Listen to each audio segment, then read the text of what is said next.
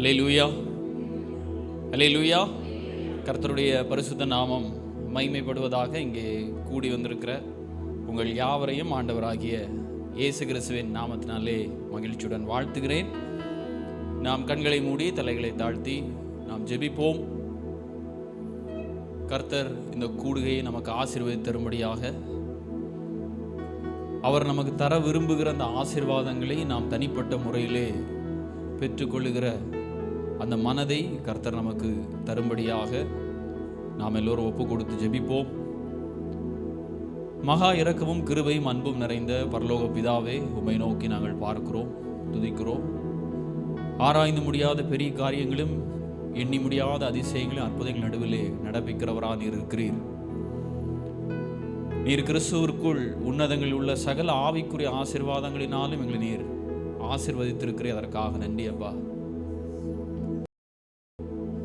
எங்களுக்கு நீர் சமாதானத்தை தந்திருக்கிறீர், சந்தோஷத்தை தந்திருக்கிறீர், ரட்சிப்பை தந்திருக்கிறீர், பாதுகாப்பை தந்திருக்கிறீர், சத்தியத்தை அறிகிற அறிவை தந்திருக்கிறீர், சத்தியத்தின் மூலமாக வரும் விடுதலையை தந்திருக்கிறீர், பாவ உணர்வை தந்திருக்கிறீர், பரிசுத்த வைராக்கியங்களை தந்திருக்கிறீர். இம்மட்டும் எங்களை நடத்துகிறீர், போதிக்கிறீர், போஷிக்கிறீர், ஆதரிக்கிறீர், எங்களை திருத்துகிறீர், எங்களை தேற்றுகிறீர் அப்பா. தண்ணீர்களை கடக்கும் பொழுது எங்களோடு நீர் இருந்தீர். ஆறுகளை கடக்கும் பொழுது, அக்னி வழியாக நாங்கள் நடக்கிற பொழுது எங்களோடு நீர் இருந்து அதற்காக நன்றி செலுத்துகிறோம். வாழ்க்கையிலே நாங்கள் சந்திக்கிற பலவிதமான சூழ்நிலைகளுக்குள்ளாக எங்களை வாழ பழக்குவித்திருக்கிறீர். பலவிதமான சூழ்நிலைகளை உங்களுடைய கிருபையினாலே தாண்டி செல்வதற்கு உதவி செய்திருக்கிறீர். எங்களுடைய வாழ்க்கையிலே விடுதலை தந்திருக்கிறீர். இருளை எல்லாம் வெளிச்சமாக மாற்றியிருக்கிறீர். கசப்பை எல்லாம் தித்திப்பாக மாற்றியிருக்கிறீர். இவைகள் எண்ணி நாங்கள் நன்றி செலுத்துகிறோம் அப்பா. நீங்கள் இடரடையாதபடிக்கு இவைகளை நான் உங்களுக்கு சொன்னேன் என்கிற வார்த்தையின் அடிப்படையிலே இந்த கூடுகையானது ஆண்டவரை இந்த இடத்திலே நடைபெற்று கொண்டிருக்கிறது. இதன் மூலமாக எங்களை நீர் ஆசீர்வதித்திருக்கிறீர். பலரையும் இந்த ஊழியத்தின் மூலமாக ஆசீர்வதித்து வருகிறீர். அதற்காக நன்றி. இன்றைய நாளிலும் அப்பா உம்முடைய சித்தமும் நோக்கும் எங்கள் நடுவிலே நிறைவேறும்படியாக ஜெபிக்கிறோம். எங்கள் நடுவிலே கர்த்தர் நீர் எவைகளை செய்ய வேண்டும் என்று விரும்புகிறீரோ அவைகளை செய்து உம்முடைய நாமத்தை மகிமைப்படுத்தும். பாடல் பாடுகிற பொழுது கருத்தை உணர்ந்து உற்சாகமாக பாடி உடைய நாமத்தை மகிமைப்படுத்த கர்த்தர் உதவி செய்யும். அதைத் தொடர்ந்து நாங்கள் ஏறெடுக்கிற மன்றாட்டுகள், விண்ணப்பங்கள், கேட்கவிருக்கிற வார்த்தைகள், இவைகள் மூலம் உடைய நாமம் மகிமைப்படட்டும்.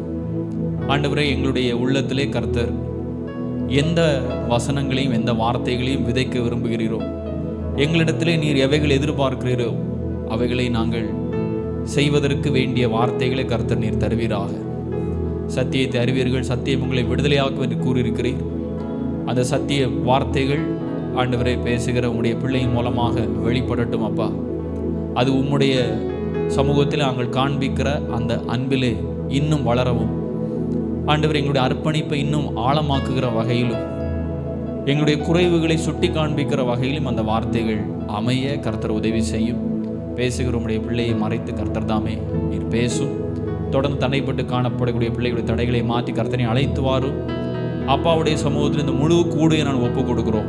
உம்முடைய நாமம் மட்டும் எங்கள் நடுவிலே மகிமைப்படட்டும் அப்பா. எங்களுடைய பிரயாசங்கள், ஜெபங்கள், ஆலோசனைகள், திட்டங்கள் எல்லாவற்றிற்கு மேலாக நீர் மகிமைப்படுவீராக. அப்பாவுடைய கரங்களை ஒப்புக் கொடுக்கிறேன், தாழ்த்துகிறேன். மீதியான காரியங்கள் எல்லாவற்றையும் உடைய கரத்திலே கொடுக்கிறேன். மீட்பர் இயேசுவின் மூலம் ஜெபிக்கிற ஜெபம் கேளும் ஜீவன் நல்ல பிதாவே, ஆமீன், ஆமீன். அல்லேலூயா. தொடர்ந்து நாம் எழுந்து நின்று ஒரு சில பாடல்களை பாடி ஆண்டவருடைய நாமத்தை நாம் இணைந்து மகிமைப்படுத்துவோம். ஏசாயா தீர்க்க தரிசன புத்தகம் 54 அதிகாரத்தினுடைய 6வது வசனம் இவ்வாறு கூறுகிறது: கைவிடப்பட்டு மனம் நொந்தவளான ஸ்திரீயை போலவும், இளம் பிராயத்தில் விவாகம் செய்து தள்ளப்பட்ட மனைவியை போலவும் இருக்கிற உன்னை கர்த்தர் அழைத்தார் என்று சொல்லப்பட்டிருக்கிறது. இயேசு கிறிஸ்துவை ஏற்றுக்கொள்வதற்கு முன்பாக நம்முடைய வாழ்வும் இப்படி கைவிடப்பட்டு மனம் நொந்த ஒரு ஸ்திரீயை போலவும், இளம் பிராயத்திலே விவாகம் செய்து தள்ளப்பட்ட ஒரு மனைவியினுடைய நிலை, அது எவ்வளவு சஞ்சலமானது, எவ்வளவு வேதனையானது. இப்படியாக கிறிஸ்துவை ஏற்றுக்கொள்வதற்கு முன்பாக நம்முடைய வாழ்க்கை இருந்தது. ஆனால் இப்படி இருந்த நம்மை கர்த்தர் அழைத்தார் என்று சொல்லப்பட்டிருக்கிறது. ஆவிக்குரிய நிலையிலே கர்த்தர் நம்மை உயர்த்திருக்கிறார். அக்கிரமங்களிலும் பாவங்களிலும் மரித்து போயிருந்த உங்களை அவர் உயிர்ப்பித்தார் என்று சொல்லப்பட்டிருக்கிறது. அதனால அந்த விடுதலையை நாம் பெற்றிருக்கிறோம், நாம் உணர்ந்திருக்கிறோம், அறிந்திருக்கிறோம். இவைகளை மனதிலே கொண்டவர்களாக முதலாவது ஒரு பாடலை நாம் பாடுவோம். எண்ணிப்பார், எண்ணிப்பார், தேவன் செய்த நன்மைகளை எண்ணிப்பார். கர்த்தர் நம்முடைய வாழ்க்கையில செய்த சொல்லி முடியாத ஈவுகளை நினைத்து கரங்களை தட்டி உற்சாகமாக பாடி ஆண்டவருடைய நாமத்தை நாம் இணைந்து மகிமைப்படுத்தலாம்.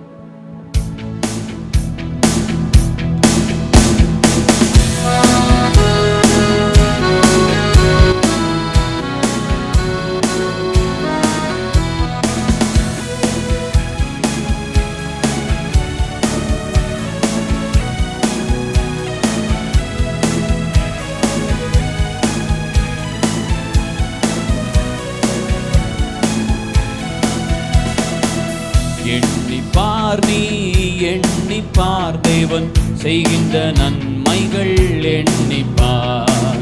கண்ணின் மணி என காத்து உன்னை தம் கரத்தில் சுமந்ததை எண்ணிப்பார். கண்ணின் மணி என காத்து உன்னை தம் கரத்தில் சுமந்ததை எண்ணிப்பார்.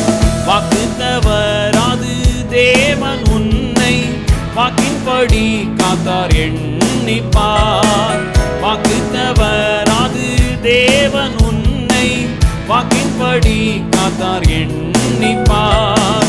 ஓக்கிடம் இன்றி தவித்த வேளை போஷித்து காத்ததை எண்ணிப்பார். ஓக்கிடம் இன்றி தவித்த வேளை போஷித்து காத்ததை எண்ணிப்பார். எண்ணிப்பார், நீ எண்ணிப்பார், தேவன் செய்கின்ற நன்மைகள் எண்ணிப்பார். கண்ணின் மணி என காத்து உன்னை தம் கரத்தில் சுமந்ததை எண்ணிப்பார். கண்ணின் மணி என காத்து உன்னை தம் கரத்தில் சுமந்ததை எண்ணிப்பார். தாயும் தந்தையும் உன்னை மறந்த போதும் தாங்கி அணைத்ததை எண்ணிப்பார். தாயும் தந்தையும் உன்னை மறந்த போதும் தாங்கி அணைத்ததை எண்ணிப்பார். தாய் மறந்தாலும் நான் மறவேதென தயவாய் காத்ததை எண்ணிப்பார். தாய் மறந்தாலும் நான் மறவேதென தயவாய் காத்ததை எண்ணிப்பார். எண்ணிப்பார், நீ எண்ணிப்பார், தேவன் செய்கின்ற நன்மைகள் எண்ணிப்பார். கண்ணின் மணி என காத்து உன்னை தம் கரத்தில் சுமந்ததை எண்ணிப்பார். கண்ணின் மணி என காத்து உன்னை தம் கரத்தில் சுமந்ததை எண்ணிப்பார். அறியாமை உள்ள காலங்களை தேவன் பாராமல் இருந்ததை எண்ணிப்பார். அறியாமை உள்ள காலங்களை தேவன் பாராமல் இருந்ததை எண்ணிப்பார். அறிந்தும் அறியா செய்த பிழைகள் அனைத்தும் பொறுத்ததை எண்ணிப்பார். அறிந்தும் அறியா செய்த பிழைகள் அனைத்தும் பொறுத்ததை எண்ணிப்பார். எண்ணிப்பார், நீ எண்ணிப்பார், தேவன் செய்கின்ற நன்மைகள் எண்ணிப்பார். கண்ணின் மணி என காத்து உன்னை தம் கரத்தில் சுமந்ததை எண்ணிப்பார். கண்ணின் மணி என காத்து உன்னை தம் கரத்தில் சுமந்ததை எண்ணிப்பார். தூரமாய் சென்ற உன்னை தூக்கி சுமந்து மந்தையில் சேர்த்ததை எண்ணிப்பார். தூரமாய் சென்ற உன்னை தூக்கி சுமந்து மந்தையில் சேர்த்ததை எண்ணிப்பார். ஆரங்கள் சூட்டி அலங்கரித்து தம் ஆலயமாக்கினார் எண்ணிப்பார். ஆரங்கள் சூட்டி அலங்கரித்து தம் ஆலயமாக்கினார் எண்ணிப்பார். எண்ணிப்பார், நீ எண்ணிப்பார், தேவன் செய்கின்ற நன்மைகள் எண்ணிப்பார். கண்ணின் மணி என காத்து உன்னை தம் கரத்தில் சுமந்ததை எண்ணிப்பார். கண்ணின் மணி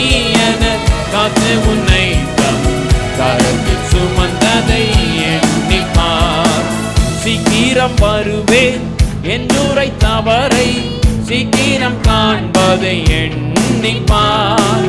சீக்கிரம் வருவேன் என்றுரைத்தவரை சீக்கிரம் காண்பதை எண்ணிப்பார். உயரங்கள் நீக்கி கண்ணீர் துடைத்து தம் மார்போடு அணைப்பதை எண்ணிப்பார். உயரங்கள் நீக்கி கண்ணீர் துடைத்து தம் மார்போடு அணைத்ததை எண்ணிப்பார். எண்ணிப்பார் நீ எண்ணிப்பார் தேவன் செய்கின்ற நன்மைகள் எண்ணிப்பார். கண்ணிமணி என காத்து உன்னை தம் கரத்தில் சுமந்ததை எண்ணிப்பார். கண்ணிமணி என காத்து உன்னை தம் கரத்தில் சுமந்ததை எண்ணிப்பார். கண்ணிமணி என காத்து உன்னை தம் கரத்தில் சுமந்ததை எண்ணிப்பார். நம்ம எல்லாரும் அப்படி வாய்களை திறந்து எல்லாரும் வாய்களை திறந்து ஆண்டவரே நாம் எல்லாரும் துதிக்கலாமா? நம்முடைய வாழ்க்கையிலே வெளிப்பட்ட அந்த தேவாதி தேவனை நினைத்து, வாக்கு தவறாத தேவன், நம்முடைய வாக்கின்படி நம்மை காத்த தெய்வம், பேதைகளைப் போல அலைந்து திரிந்த நம்மை அவர் தேடி வந்த தெய்வம், வாடி நின்ற நம்மை வாழ வைக்கிறவராக அவர் காணப்படுகிறார். வறண்டு போன நம்முடைய இருதயத்தை மற்றவர்களுக்கு வார்க்கிற இருதயமாக மாற்றின கர்த்தர், பாழான மண்மேடு போல இருந்த நம்முடைய இருதயத்தை அவர் தங்குகிற ஆலயமாக மாற்றின கர்த்தர் நம் நடுவில் அவர் உண்டு. நம்முடைய வாழ்க்கையில் வெளிப்பட்ட அருணோதயமாக இருக்கிறார். அந்த காலத்திலும் மரண இருளிலும் இருந்த உங்களை தேடி கண்டுபிடித்தேன் என்று வேதம் சொல்லுகிறது. அவர் நம்மை தேடி வந்த தெய்வமாக, நம்முடைய வாழ்க்கையை வெளிச்சமாக மாற்றுகிறவராக, மலை மேல் இருக்கிற ஒரு பட்டணத்தை போல மாற்றுகிறவராக, உலகத்தின் சுடர்களை போல பிரகாசிக்கிற வைக்கிற தெய்வமாக அவர் காணப்படுகிறார். நம்முடைய உட்காரத்திலையும் எழுந்திருக்கலையும் அவர் அறிந்து வைத்திருக்கிறார். நம்முடைய நாவில் சொல் பிறவாதற்கு முன்பாக அவைகள் எல்லாவற்றையும் அறிந்து வைத்திருக்கிற கர்த்தராக அவர் காணப்படுகிறார். நம்முடைய வேதனைகள் எல்லாவற்றையும் அறிவார். நாம் புரண்டு படுக்கிறதையும் கர்த்தர் அறிவார். நம்முடைய நடைகள் ஒவ்வொன்றையும் அவர் எண்ணி வைத்திருக்கிற தெய்வமாக அவர் காணப்படுகிறார். சேனைகளின் கர்த்தர் அவர் பரிசுத்தராக காணப்படுகிறார். துதிகளிலே அவர் பயப்படத்தக்கவராக இருக்கிறார். அவர் அற்புதங்களை செய்கிறவராக அவர் காணப்படுகிறார். அவர் பரிசுத்தத்திலே மகத்துவம் உள்ளவர் என்று வேதம் சொல்லுகிறது. அவர் பரிசுத்தத்திலே மகத்துவம் உள்ள கர்த்தராக அவர் காணப்படுகிறார். உங்களில் எவனாகிலும் தன்னுடைய தகப்பனிடத்திலே அப்பத்தை கேட்டால் அவன் கல்லை கொடுப்பானோ, மீனை கேட்டால் அவன் பாம்பை கொடுப்பானோ, முட்டையை கேட்டால் அவன் தேளை கொடுப்பானோ, பொல்லாதவர்களாகி நீங்களே உங்கள் பிள்ளைகளுக்கு நல்ல ஈவை கொடுக்க அறிந்திருக்கிற பொழுது பரலோகத்தில் இருக்கிற பிதா தம்மிடத்தில் வேண்டிக் கொள்கிறவர்களுக்கு நன்மையானதை கொடுப்பது அதிக நிச்சயம் அல்லவா என்று கூறின கர்த்தர் நம்முடைய வாழ்க்கையில் அவருடைய குமாரனை தந்து நம்மை ஆசீர்வதித்திருக்கிறார். அவருடைய செல்ல குமாரனை தந்து நம்மை பலப்படுத்தி இருக்கிறார். பலனற்றவர்களாக இருந்த நமக்கு குறித்த காலத்திலே பலனை தரும்படியாக அவருடைய குமாரனை அனுப்பினார்.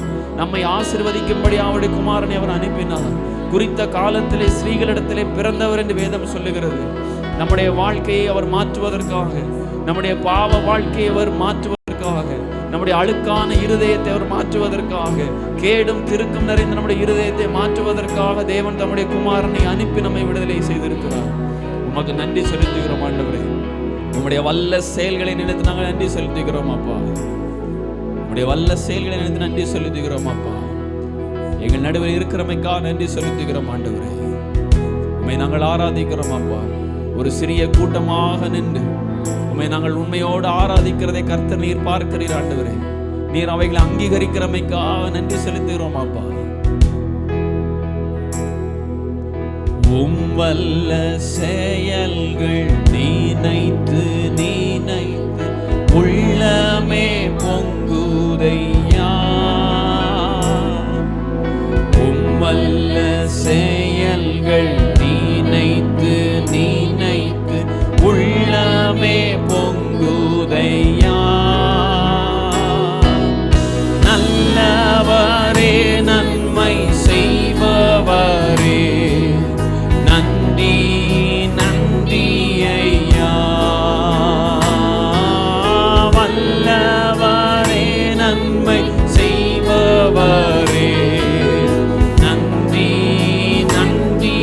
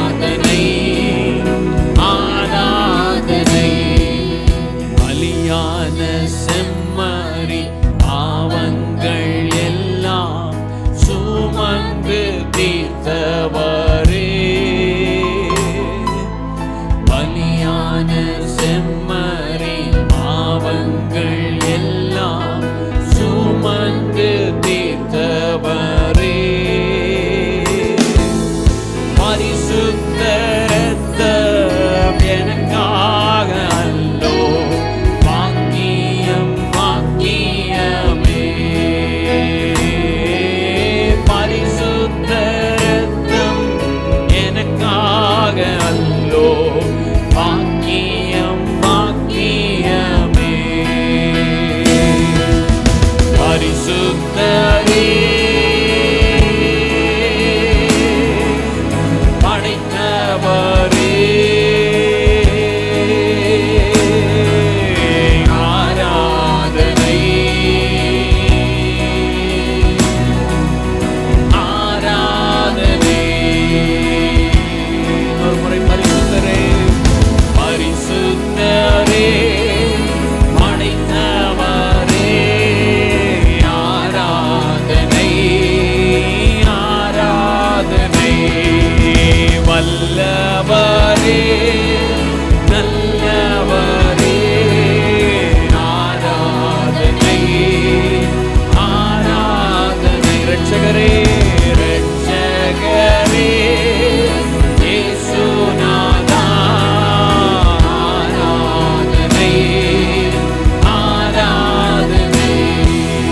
மகிமை மகிமை மாட்சிமை மாறாயன் நேசருக்கே. மகிமை மகிமை மாட்சிமை மாறாயன் நேசருக்கே.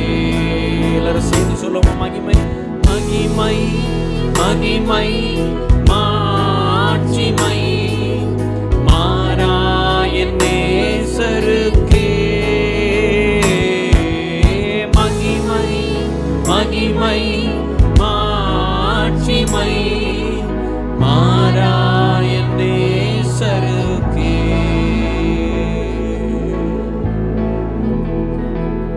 நன்றி செலுத்துகிறோம் அப்பா.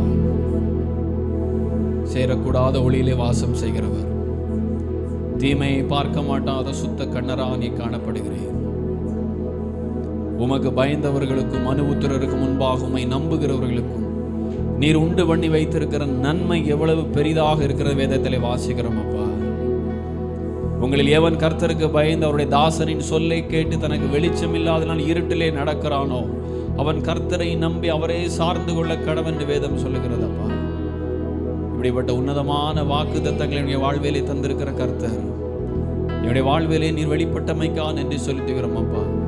அதை எண்ணி எண்ணி நாங்கள் நன்றி செலுத்துகிறோம் ஆண்டவரே. ஞானிகளை வெட்கப்படுத்தும்படியாக பேதைகளை தெரிந்து கொள்ளுகிற கர்த்தர், உள்ளவைகளை அவமாக்கும்படியாக இல்லாதவைகளையும் இழிவானவைகளையும் அற்பமானவைகளையும் தெரிந்து கொள்ளுகிற கர்த்தர், நிர்வாணம் அவலட்சணமாக இருந்த எங்களை நீர் பார்த்து பிழைத்திருந்து நீர் கூறினீர் அப்பா. எங்களுக்கு நல்ல ஆரங்களை சூட்டி அலங்கரித்து எங்களை அழகு பார்க்கிற கர்த்தரா நீ காணப்படுகிறேன். உன்னதங்களில் உள்ள சகல ஆவிக்குரிய ஆசீர்வாதங்களில் நான் எங்களை ஆசீர்வதித்திருக்கிறேன் ஆண்டவரே. ஆசீர்வதித்தது மாத்திரமல்ல, பலருக்கு ஆசீர்வாதமாக வைத்திருக்கிறேன். அதற்காக நன்றி. உமக்கு நாங்கள் நன்றி செலுத்துகிறோம். எங்கள் நடுவில் நீ இருக்கிறமைக்காக நன்றி. தொடர்ந்து உம்முடைய நாமம் எங்கள் நடுவிலே வெளிப்படட்டும். நாங்கள் செய்யவிருக்கிற ஒவ்வொரு செயல்கள், ஏறெடுக்கிற மன்றாட்டுகள், கேட்க இருக்கிற வார்த்தைகள் எல்லாவற்றிலும் தொடர்ந்து உம்முடைய பிரசன்னம் இருக்கட்டும் அப்பா. அப்பாவுடைய சமூகத்தில் எங்களை நாங்கள் முழுவதுமாக தாழ்த்துகிறோம், அர்ப்பணிக்கிறோம், ஒப்பு கொடுக்கிறோம். மீட்பர் இயேசுவின் மூலம் ஜெபிக்கிற ஜெபம் கேளும் ஜீவன் நல்ல பிதாவே, ஆமென். உட்கார்வோம். தொடர்ந்து நாம் ஜெப பகுதிக்கு நேராக செல்லலாம்.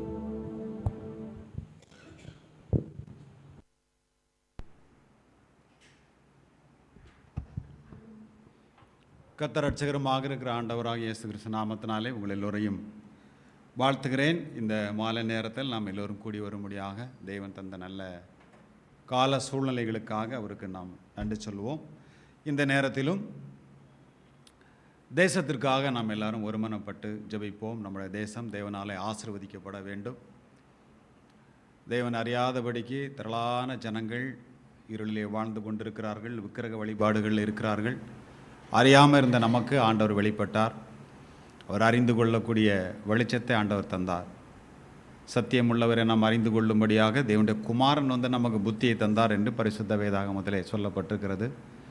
அதே போல் எல்லாரும் தேவனை அறிந்து கொள்ள வேண்டும் என்பதற்காக நாம் எல்லோரும் ஒருமனப்பட்டு ஜெபிப்போம். இந்த ஜெபத்தை நம் மத்தியில் வந்திருக்கிற பாஸ்டர் ஜோசப் அவர்கள் இந்த ஜெபத்தை ஏறெடுப்பார். நம்ம எல்லோரும் அந்த ஜெபத்தில் ஒருமனப்பட்டவர்களாக தேவனை நோக்கி நாம் பார்க்கலாம்.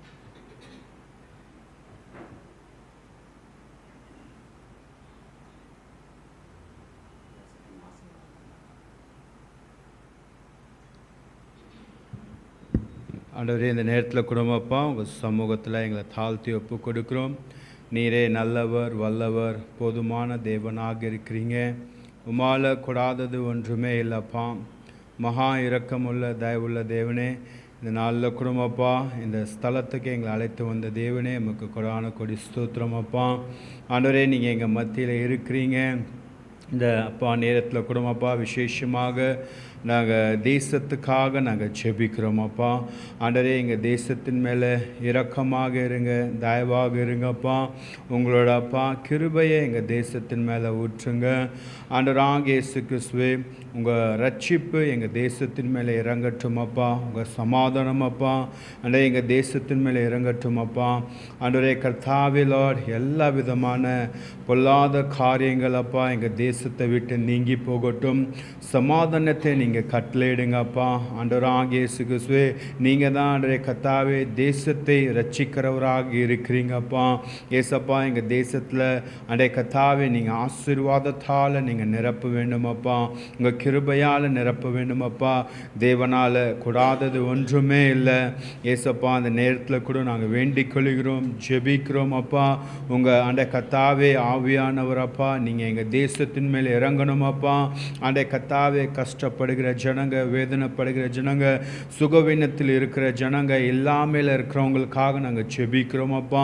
ஆண்டவராகிய இயேசு கிறிஸ்து, உங்கள் கிருபை அவங்கள தாங்கணும், பலப்படுத்தணும், ரட்சிக்கணும், சுகத்தை தரணுமாப்பா, பலத்தை தரணுமாப்பா, சமாதானத்தை தரணுமாப்பா. அந்த இருதயத்தில் சந்தோஷத்தை நீங்கள் தாங்கப்பா. தேவனால் கூடாதது ஒன்றுமே இல்லைப்பா. நாங்கள் வேதத்தில் வாசிக்கிறது போலப்பா ஆண்டவரே கர்த்தாவே, நீங்கள் அப்பா எங்கள் தேசத்தின் மேலே இரக்கமாக இருக்கிறீங்க. ஆண்டவரே, எங்கள் தேசத்தில் அப்பா நாங்கள் எல்லோரும் அப்பா நாங்கள் சபையாக கூடி ஜெபிக்கிறோம். இந்த நேரத்தில் அப்பா எங்கள் தேசத்தின் மேலப்பா ஆண்டவரே நாங்கள் இரக்கத்துக்காக, தயவுக்காக நாங்கள் வேண்டிக் கொள்கிறோம் அப்பா. ரட்சிப்புக்காக வேண்டிக் கொள்கிறோம் அப்பா. ஏசப்பா, நீங்கள் தான் எங்கள் தேசத்தை ஆண்டவரே ரட்சிக்கணும், ஆசீர்வதிக்கணும் அப்பா. ஆண்டவராக இயேசு கிறிஸ்து, உங்கள் நாமத்தினால எதை கேட்டாலும் அதை நான் தருவேன் என்று சொல்லியிருக்கீங்க அப்பா. நாங்கள் சபையாக ஒரு மன ஆவியோடு நாங்கள் கேட்கிறோம், ஜெபிக்கிறோம். நீங்கள் அப்பா எங்கள் தேசத்தில் அண்டை கர்த்தாவே லார்ட் அப்பா, அண்டை கர்த்தாவே தாகமுள்ளவர் மேலே தண்ணீரை ஊற்றுவேன் கர்த்தா வாக்கின்படியாக எங்கள் தேசத்தின் மேலே உங்கள் தண்ணீரை, உங்கள் கிருபையை, தயவை ஊற்றி சமாதானத்தை கொடுத்து ஆசீர்வதிப்பீராக. ஏசப்பா, உங்கள் சமூகத்தை எங்கள் தாழ்த்தி ஒப்புக்கொள்கிறோம். உங்கள் நாமம் மகிமைப்படட்டும், உங்கள் சித்தம் நிறைவேறட்டும், உங்கள் ராஜ்யம் கட்டப்படட்டும். இயேசுவின் நாமத்தால் வேண்டிக் கொள்கிறோம் நல்ல பிதாவே, ஆமென், ஆமென்.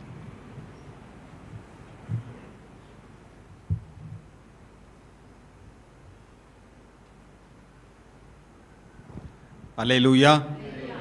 கர்த்தருடைய பரிசுத்த நாமம் மகிமைப்படட்டும். எல்லாரும் மகிழ்ச்சியாக இருக்கிறீங்களா? 2 பேரும் சவுண்டு தான் கேட்குது. சரி. கர்த்தருக்குள் மகிழ்ச்சியாக இருப்பது பலன் என்று சொல்லப்பட்டிருக்கிறது.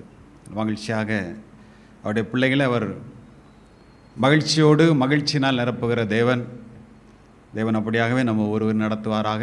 இந்த நாளிலும் பாஸ்டர் சந்திரசேகர் அவங்க வந்திருக்காங்க. இருந்தாலும் அவர்களை குறித்து சில காரியங்கள் சொல்ல உந்தப்படுகிறபடினாலே சொல்லுகிறேன். வந்திருக்கிற எல்லாருக்கும் அவங்கள தெரியும். அநேக ஆண்டுகள், அதாவது ரட்சிக்கப்பட்ட 94 ரட்சிக்கப்பட்டேன். அப்புறம் 97 பாஸ்டருடைய அறிமுகங்கள் கிடைத்தது. அவங்க வந்து இந்த இடத்துல ஊழியங்களை துவங்கும்படியாக நல்ல ஆலோசனைகளை தந்து, குறிப்பாக இந்த விக்டரி சர்ச்சஸ் ஆஃப் இந்தியாவில் இணைந்து ஊழியங்களை செய்யும்படியாக கர்த்தர் அவர்கள் மூலமாக எங்கள் குடும்பத்தை, அதாவது முதல்ல குடும்பமாக தான் இது ஆரம்பிக்கப்பட்டது. ஒரு தரிசனத்தோடு ஆரம்பிக்கப்பட்ட காரியம் ஆண்டவர் அதை நன்மையாக ஆசீர்வாதமாக தந்தார். துவக்க நாட்களில் அடிக்கடி வருவாங்க. இங்கே இருக்க அன்னைக்கு வந்து அவங்க ஞானஸ்தானம் பாசம் தான் கொடுத்தாங்க. அவங்க நிறைவேறி இப்போ இங்கே இல்லை, எல்லோரும் வெளியூரில் வெளியிடங்கள் அங்கங்கே என்ன செய்கிறாங்க இருக்கிறாங்க, அடிக்கடி வருவாங்க. வாழ்வில் நான் ரட்சிக்கப்பட்டிருந்தாலும் நான் ஒரு ஹிந்து பின்னணியிலிருந்து வந்தபடினால கிறிஸ்தவம் எனக்கு புதிதாக இருந்தது. நான் பார்த்தது போலியான கிறிஸ்தவர்களையும், மாய்மால கிறிஸ்தவர்களையும், வஞ்சிக்கப்பட்ட கிறிஸ்தவர்களையும் தான் பெரும்பான்மையாக நான் பார்த்தது. ஆனால் ஒரு உண்மையான ஒரு தெய்வத்தை தேடி, ஒரு வேதம் சொல்லுகிற ஒரு பரிசுத்த வேதாகமம் சொல்லுகிற ஒரு கிறிஸ்தவத்தை தேடி நான் வாஞ்சித்து விரும்பிய காலங்களில் இப்படிப்பட்ட நல்ல உறவுகளும் நல்ல ஐக்கியங்களையும் ஆண்டவர் ஏற்படுத்தி தந்தார். முதல் முறையாக நாங்கள் வந்து சகோதரர் ஜஸ்டின் பால் அவங்க வீட்டில் தான் கூடி ப்ரேயர் பண்ணோம். பாஸ்டர் ஜி வந்திருந்தார், பாஸ்டர் குமார் வந்திருந்தார், பாஸ்டர் வந்திருந்தாங்க, ஜஸ்டின் பால், நானும் அலெக்ஸ் பிரதருமா இருந்தோம். நான் பொதுவாட்டு ஒரு 2 வருஷத்துக்கு மேலே ஒரு சர்ச்சில் போயிட்டு இருந்தேன். ஒரு நாள் கூட ப்ரேயர் பண்ணது கிடையாது. ஜெபம் பண்ணுங்க அப்படின்னு சொன்னால் ஜெபம் பண்ணது, ஏன்னா நமக்கு சத்தமாக ஜெபம் பண்ணி பழக்கம் கிடையாது. வழக்கமாக ஒரு ஜெபம் பண்ணுவோம். ஆண்டவரோடு உள்ள ஐக்கியங்கள் அந்த உறவுகள் இருந்தாலும் பொதுவான ஒரு இடத்துல ப்ரேயர் பண்ணிலாம் பழக்கம் கிடையாது. அப்போ பாஸ்டர் வந்தாங்க, ப்ரைஸ்லாம் நான் முதல்ல பார்த்து கை கொடுத்துட்டாங்க. திடீர் இருந்தாலும் இப்போ அப்புறம் தேவதாஸ் ஜெபம் பண்ணுவார்னு சொன்னது தான், இப்படி சொல்லவுமே நமக்கு குப்புன்னு ஒரு வேர்வை வந்துச்சு. அவ்வளோ உடனே வழக்கமாக ப்ரேயர் பண்ணுற மாதிரி நான் போன சர்ச்சில் அவங்க அப்படி அந்த ஐயா வந்து அப்படி சொல்ல மாட்டாங்க. நான் ப்ரேயர் பண்ணாட்டெல்லாம் அங்கே ஒரு 100-150 பேர் நாங்கள் வந்திருந்தாலே என்னை குறித்து ஒரு நல்ல ஒரு அபிப்பிராயம் உங்களுக்கு உண்டு. பாஸ் அப்படி சொன்னோடனே எனக்கு ரொம்ப கஷ்டமாக இருந்தது. இருந்தாலும் வழக்கமாக ப்ரேயர் பண்ண மாதிரி பண்ணிவிட்டு பிறகு தனியாக கூப்பிட்டு சொன்னேன், ஏன்னா இப்படி அடிக்கடி இப்படி சொல்லிடாதீங்க, முடியாது அப்படின்னு சொல்லிட்டு. அதெல்லாம் கேட்க மாட்டாங்க. பிறகு நானும் அலெக்ஸ் பிரதருமாட்ட சேர்ந்து சென்னைக்கு போயிருந்தோம். அங்கே இன்றைக்கி கூட அந்த காரியங்களே பிள்ளைகளோடு வீட்டில் பேசிக்கிட்டு இருந்தோம். பகல் நேரம் போக ராத்திரி முழுவதுமாக இருந்து வேதாகமத்தில் இருக்கக்கூடிய ஆதியாகமத்திலேருந்து வெளிப்படுத்தின விசேஷம் வரையும் எவ்வளோ சுருக்கமாக சொல்லிக் கொடுக்க முடியுமோ அவ்வளோ சுருக்கமாக எங்களுக்கு அப்படியே கண்ணெலாம் அப்படி வரும். இருந்தாலும் பிரதர் நான் தட்டி விட்டு, ஏன்னா ஒரு வாரம் தான் டைம், இந்த ஊழியங்கள் தொடங்கப்பட்ட நாட்களில் ரொம்ப அன்பாகவும், அப்போ ஜோசப் வந்து ரொம்ப சின்ன பையன், அப்போ ரொம்ப நிறைய விஷயங்கள் நாங்கள் கற்றுக்கொண்டோம். 2 பேர்ட்டையும், பாஸ்டர் அம்மாட்ட இருந்தோம், 2 பேர்ட்டும் நிறைய விஷயங்களை கற்றுக்கொண்டோம். எங்களுடைய தனிப்பட்ட வாழ்க்கையில் அநேக விஷயங்கள், அநேக காரியங்கள், குறிப்பாக உபசரிக்கிற விஷயங்கள் நான் நிறைய இடத்துல நான் சொல்லியிருக்கிறேன். ஒரு ஆத்மாவை கர்த்தருக்குள் நடத்துவதற்கு அன்பு பிரதானமானது. அன்பு இல்லாதபடிக்கு ஒன்றுமே இல்லை. அப்போது நான் அவங்ககிட்ட நிறைய விஷயங்கள் கற்றுக்கொண்டேன். இதை பேச நிறைய நேரம் ஆகும், நிறைய பேசலாம். ஒரு முறை நம்ம ஐக்கியத்தில் ஒரு பிறகு சென்னை போகணும் அப்படின்னு சொன்னாங்க. தங்குறது வைக்கிறதுக்கு வசதி இல்லை, என்ன செய்யலாம் அப்படின்னு சொன்னால், நான் சொல்கிறேன் நீங்கள் போங்க ஒரு இடத்துக்கு அப்படின்னு நான் சொன்னேன். பாஸ்டர்கிட்ட சொல்ல அவங்களுக்கு கொஞ்சம் அவங்களுக்கு தெரியாது. அப்போ நான் அதெல்லாம் அனுப்பி விட்டேன். ரொம்ப கஷ்டப்பட்டு தான் போனாங்க. தெரியாது பாஸ்டர், ஒன்றும் இல்லை, நான் ஃபோன் பண்ணி சொல்லி நீங்கள் அங்கே போனால் சொல்லுங்கள், நாகர்கோவில் சர்ச்சிலேருந்து வரேன், பாஸ்டர் தேவதாஸ் அனுப்பி விட்டாங்க, நீங்கள் சொல்லுங்கள், நான் சொல்லிக்கிறேன் அப்படின்னு சொன்னேன். அங்கே போயிட்டு வந்துட்டு என்கிட்ட வந்து சொன்னாங்க, என் லைஃப்பில் நிறைய இடத்துக்கு நான் போயிருக்கிறேன், என்ன இவ்வளவு அன்பாக உபசரித்து கவனித்ததை நான் எந்த இடத்துலையுமே நான் பார்த்தது கிடையாது அப்படின்னு சொன்னாங்க. ஏன்னா அது அப்படி தான் இருக்குங்கிறது எனக்கு நல்லா தெரியும். இது முகஸ்துதிக்காக நான் சொல்லது கிடையாது. ஒரு சில பேர் நான் தனிப்பட்ட முறையில் அதை நான் அடிக்கடி பேசியிருக்கிறேன். எங்கள் வீட்லேயும் நாங்கள் எங்களை அடிக்கடி திருத்தி கொள்வோம். அவங்க 2 பேர் இருந்து நாங்கள் படித்து கொண்ட பாடங்கள். இது என்னை குறித்து ரொம்ப ஜஸ்டின் பாலுக்கு ரொம்ப தெரியும். அவங்க வீட்டில் ஒரு செல்ல பிள்ளை மாதிரி அவர் இருந்தார். அவங்க இன்றைக்கி நம்மத்தில் இங்கே ஒரு அவங்க சர்ச்சிலேருந்து இங்கே ஒரு அவங்க சர்ச்சில் உள்ள பொண்ணுக்கு இங்கே பகுதியில் திருமணம் நடக்க இருக்கிறது நாளைக்கு சாயங்காலம். அதனால் அவங்க இன்றைக்கி நம்ம மத்தியில் வந்திருக்கிறாங்க. அதனால் நம்ம அந்த கூடுகை ஏற்பாடு பண்ணியிருக்கிறோம். அவங்க இன்றைக்கி நம்ம மத்தியில் வந்து ஆண்டோட வார்த்தைகளை பகிர்ந்து கொள்வாங்க. மத்தியில் சந்தோஷம். அநேக ஆண்டுகளுக்கு பின்பாக இப்படிப்பட்ட ஒரு கூடுகை வந்திருக்கிறது. கர்த்தருக்குள் சந்தோஷம். இந்த காலங்கள், இந்த வேளைகள் எல்லாமே தேவன் முன்னறிந்து காரியங்களை ஒழுங்கு பண்ணுகிறவர். அநேக நேரங்களில் நம்ம அதிகமாக பேசி பழகி ஒரு நெருக்கமான சூழ்நிலை நமக்கு உண்டாக விட்டாலும் ஆவியில் நம்ம என்ன திரும்ப செய்கிறோம், எல்லாரையும் நேசிக்கிறோம், எல்லாரையும் அன்பு செலுத்துகிறோம், ஒரு தரிசனத்தோடு நம்ம என்ன செய்கிறோம், முன்னேறுகிறோம். அது நிச்சயமாகவே நம்ம ஒவ்வொருவருக்கும் ஆசீர்வாதமானது. ஒரு ஆளுக்கிட்ட நம்ம பழகிறோம், பேசுகிறோம் அப்படின்னா அவங்கக்கிட்ட இருக்கக்கூடிய கிறிஸ்துவனிடத்தில் நாம் கற்றுக்கொள்ளுகிறது போல அவரை பின்பற்றி வரக்கூடிய சீஷர்கள் இடத்திலும் அந்த ஹோலி ஸ்பிரிட், அதாவது பரிசுத்த ஆவியானவர் உள்ள இருக்கிறபடினால அந்த அன்பின் ஆவி அவருடைய இருதயத்தில் ஊற்றப்பட்டிருக்கிறனால அந்த அன்பான கரிசனையான நடவடிக்கைகள், அதே நேரத்தில் கடிந்து கொள்ளுதல், வேதம் 2ஐயும் சொல்லுகிறது. தயவையும் கண்டிப்பையும் பாரு. அப்போ சொன்னீங்க பவுல் சொல்லார், தயவையும் பாரு, கண்டிப்பையும் பாரு. இன்றைக்கி கிறிஸ்டியானிட்டியில் அது நிறைய சமநிலை இழந்த நிலை பெரும்பான்மையாக பார்க்கப்படுகிறது. இந்த 2 நிலைகளில் என்னுடைய தனிப்பட்ட வாழ்க்கையில் எங்களுக்கு அவங்க மிகுந்த ஆசீர்வாதமாக இருந்தார்கள். அந்த அடிக்கடி நினைப்பேன், அந்த ஊழியங்கள் துவக்க காலங்களிலே எப்படி அறிமுகமாச்சு. அவங்க சென்னையில் இருக்காங்க, நான் நாகர்கோவிலில் இருக்கிறேன், எப்படிங்கிறது ஒன்றுமே சொல்லி எதுவுமே தெரியாது. அதனால் தேவன் எல்லாத்துக்கும் பின்னால் ஒரு திட்டம், ஒரு நோக்கம் வச்சுருந்துருக்குறாங்க. அன்றைக்கி கிராம ஊழியங்களுக்கெல்லாம் போகும்போது அன்றைக்கி ஆட்டோவில் தான் போவோம். நிறைய விஷயங்கள் பாஸ்டர்னா அவங்க பாஸ்டர்னா இப்படி தான் இருக்கணுங்கிறது ஒரு கட்டாய நிர்பந்தமான நிலை நிறைய இடத்துல காணப்படுகிறது. அவங்க மற்றவங்ககிட்ட எப்படி இருப்பாங்கன்னு ரொம்ப தெரியாது. ரொம்ப க்ளோஸாக பழகினாக்கி ஃப்ரெண்டு மாதிரி இருப்பாங்க. பாஸ்டர் ரொம்ப ஃப்ரெண்டு மாதிரி பழகுவாங்க. அது நல்ல பழக்கம். நிறைய பேர்கிட்ட அப்படி கிடையாது. அவங்களுக்குன்னு ஒரு இது வச்சுருப்பாங்க, ஒரு வட்டம் போட்டு அதுக்கு மேலே என்ன செய்ய மாட்டாங்க, வர மாட்டாங்க. என்றைக்குமே மனிதர்கள்ங்கிறது ஒரு யதார்த்தம் தேவை. இயல்பாக ஒரு மனுஷன் எப்படி இருப்பானோ அந்த யதார்த்தம் தேவை. யதார்த்தமாக அவைகள் கர்த்தருக்குள் கொண்டு வரப்பட்டு ஒழுக்கக்கீடான காரியங்கள் நீக்கப்பட்டு ஒழுங்கான நிலையில் ஒரு யதார்த்தங்கள் தேவை. அந்த யதார்த்தமான நிலைகளில் பழகிறது பெரும்பான்மையானவர்கள்ட்ட நான் பார்க்கும்போது அப்படி இல்லை. அவங்ககிட்ட ஒரு யதார்த்தமான சூழ்நிலைகள் உண்டு.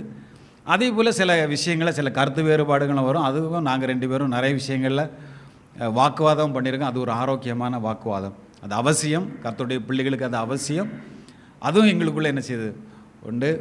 ஆனால் அப்படி இருந்தாலும் சில பேர் அதோடு முறிச்சிட்டு முகத்தெல்லாம் வச்சுட்டு போயிடுவாங்க. பாஸ்ட் கெட்டி பிடிச்சி முத்தெல்லாம் தந்துடுவாங்க. அதனால் ரொம்ப அருமையான நல்ல அனுபவங்கள் உண்டு. அவங்க இன்றைக்கி நம்ம மத்தியில் சந்தோஷமான காரியம். அவங்க இன்றைக்கி நமக்கு ஆண்டோட வார்த்தைகளை பகிர்ந்து கொடுப்பார்கள். நாம் எல்லோரும் கர்த்தருடைய வார்த்தைகளை நாம் கேட்கலாம். பாஸ்டர் வாங்க. நாம் எல்லோரும் கரங்களை தட்டி உற்சாகமாக வரவேறோம்.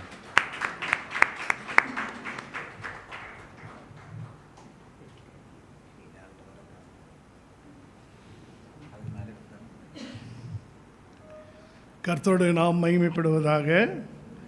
நம்முடைய விக்டரி சர்ச் ஆஃப் இந்தியாவினுடைய president pastor Jayaseelan and Lissy Jayaseelan சார்பிலே வாழ்த்துக்களை தெரிவித்துக் கொள்கிறேன். கர்த்தர் உங்களை ஆசீர்வதிப்பாராக. பாஸ்டர் தேவதாஸ் அவர்கள் என்னை குறித்து நிறைய சொன்னார். அது மிகைப்படுத்தி சொன்னார் என்று தான் நான் நினைக்கிறேன். அல்லேலூயா. ஆதி காலத்திலே நாங்கள் எல்லாரும் நல்ல அதாவது எங்களுக்கு ஒரு அன்பு, ஒரு ஐக்கியம், ஒரு உறவு என்று சொன்னால் தேவதாஸ் அவங்க குடும்பம்தான். அவங்க தம்பி எல்லாருமே, அவங்க நண்பர்கள், இங்கே உட்காந்துருக்க அனைவருமே எல்லாருமே நாங்கள் எத்தனை நாள் இங்கே தங்குவோன்னு கூட தெரியாது. 4-5 நாள், ஒரு வாரத்துக்கு மேலே கூட நாங்கள் தங்கியிருக்கிறோம். அந்த நாட்கள் ரொம்ப இனிமையாக இருக்கும். நிறைய காரியங்கள் ஆண்டவரை குறித்து நாங்கள் பேசுவோம், ஜெபம் பண்ணுவோம், இரவு நேர ஜெபம் ஏறெடுப்போம், மற்றும் ஆராதனை செய்வோம். நிறைய காரியங்கள், கர்த்தரை குறித்த காரியங்கள். அதே சமயத்தில் தேவதாஸ்தம் அவருடைய தாயார் அவர்களும் மற்றும் சகோதரி அவர்களும் எங்களை நல்லா போஷிப்பாங்க. காலை மாலை 3 வேளையும் நல்ல சாப்பாடு. நாங்கள் அதை ஜீர்ணிக்கிறதுக்கே நாங்கள் பெப்சி, கொக்கோ கோலாலாம் சாப்பிடுவோம். அதனால் ரொம்ப அந்த காலம் ரொம்ப சந்தோஷமாக இருந்தது. ஒரு 30 வருட உறவு இது. ரொம்ப சந்தோஷமாக இருக்குது. இன்றைக்கி உங்களெல்லாம் பார்க்க, நீங்கள்லாம் சின்ன பிள்ளைங்களாக இருந்தீங்க, இப்போல்லாம் நீங்கள் பெரியவங்களாக மாறிட்டீங்க. கல்யாணம் ஆயிடுச்சு, குழந்தைங்கள்லாம் பிறந்துடுச்சு. ரொம்ப சந்தோஷமாக இருக்குது. ஸ்தோத்திரம். நம்ம வாழ்க்கையில் 30 வருடங்களில் எத்தனையோ பாடுகள், எத்தனையோ பிரச்சனைகள், எத்தனையோ காரியங்கள், எதிர்ப்புகள் எல்லாம் நம்ம கடந்து வந்திருக்கிறோம். எல்லா சூழ்நிலையிலும் உங்களுக்கு தெரியும், நாம் எல்லாரும் தேவன் நம்மை ஆசீர்வதித்து மேலே தான் கொண்டு வந்திருக்கார். ஒருபோதும் எந்த சூழ்நிலை நம்மளை கைவிடவே இல்லை. அல்லேலூயா. நம்மளுடைய அன்பை விட தேவ அன்பு மிக மிக பெரிது. அவரோட அன்பை நம்ம ருசித்து பார்த்துருக்குறோம். அது நம்மிடத்தில் குறை இருக்கலாம், ஆனால் தேவனிடத்தில் எந்த குறையும் இல்லை. ஆனால் நம்மிட குறை இருந்தாலும் அந்த குறையை மன்னிக்கிறவர் தான் நம்ம ஆண்டவர். அவர் சொன்னது போல் நிறைய காரியங்கள், கருத்து வேறுபாடுகள் வந்திருக்கிறது. ஆனாலும் கூட அன்பிலே எங்களுக்கு மாற்றமில்லை, உறவிலே மாற்றமில்லை. அதன் பிறகு சரிப்படுத்திக்கணும். அநேக காரியங்கள் நான் தேவதாசிலிருந்து கற்றுக்கொண்டு இருக்கிறேன். நிறைய காரியங்கள் கற்றுக்கொண்டு இருக்கிறேன். அவருடைய ஊழியம், அவருடைய நேர்மை, அவருடைய உண்மை, அவருடைய பேச்சு எல்லாமே உண்மையிலே உண்மையான உத்தமமான ஊழியக்காரன் என்று சொன்னால் நாம் பாஸ்டர் தேவதாஸை நாம் சொல்லலாம். ஆகினாலே என்னிடத்தில் கூட நிறைய குறைகள் உண்டு. ஆனால் அவரை பார்க்கும்போது எனக்கு ரொம்ப பெருமையாக சந்தோஷமாக இருக்கும். என்ன சொன்னால், ஊழியத்தில் அத்தனை பிரச்சனைகள் வந்த போதும் எல்லாவற்றிலும் வெற்றி பெற்று இன்றைக்கி தேவனுக்கு உண்மையாய் சாட்சியாக நிற்கிறது எனக்கு ரொம்ப சந்தோஷமாக இருக்குது. Praise the Lord. ரொம்ப நன்றி பாஸ்டர்மா, நன்றி பாஸ்டர் தேவதாஸ். கர்த்தர் ஆசீர்வதிப்பாராக. எல்லாரும் இங்கே இருக்கிறீங்க. பேர் எனக்கு சொல்ல தெரியல, மறந்துட்டேன், சாரி. என்னை இன்றைக்கி டெஸ்ட் பண்ணார் தேவதாஸ். பேர் சொல்லுங்கள், இவங்க யார் என்னான்னு எனக்கு டக்குன்னு ஞாபகம் வர்றதில்லை. கொஞ்சம் ஏஜ் ஆகிடுச்சிங்களா, எனக்கு இப்போ 70 வயசு ஆகுது, 70 இயர்ஸ். நான் அவரை சந்திக்கும் போது 37 வயசில் சந்தித்தேன். நான் இப்போ 70 வயசு ஆகிடுச்சு. அதனால் கொஞ்சம் லைட்டாக கொஞ்சம் தடுமாற்றம் எனக்கு உண்டு. அதனால் உங்களுக்கு தெரியல நினைக்காதீங்க, தெரியும். தயவுசெய்து என்னை மன்னிங்க. கர்த்தர் உங்களை ஆசீர்வதிப்பாராக. ஸ்தோத்திரம். நன்றி. அன்றைக்கி இங்கே வரும்போதெல்லாம் சிஸ்டர் நிறையா 2-3 தடவை நல்ல சாப்பாடெல்லாம் போட்டிருக்கீங்க. இங்கே இருக்க சகோதரர்கள் என்னை வந்து ஆட்டோவிலெல்லாம் எங்களை ஃபேமிலியாக இங்கேயும் அங்கேயும் நக்கநேரி அங்கெல்லாம் ஊழியெல்லாம் நினைக்கும் போது ரொம்ப சந்தோஷம். ஆதி காலத்தில் இருந்த ஊழியம் ஐக்கியம் இப்போது கொஞ்சம் கஷ்டம்தான். இப்போது நிறைய எதிர்ப்புகள் மத்தியிலும் கஷ்டங்கள் மத்தியிலும் நம்ம தேவனுக்கென்று வைராகமாக நின்றாலும், ஆனாலும் அன்றைக்கி இருந்த சுதந்திரமும் அன்றைக்கி இருந்த விடுதலையும் அன்றைக்கி கிடையாது.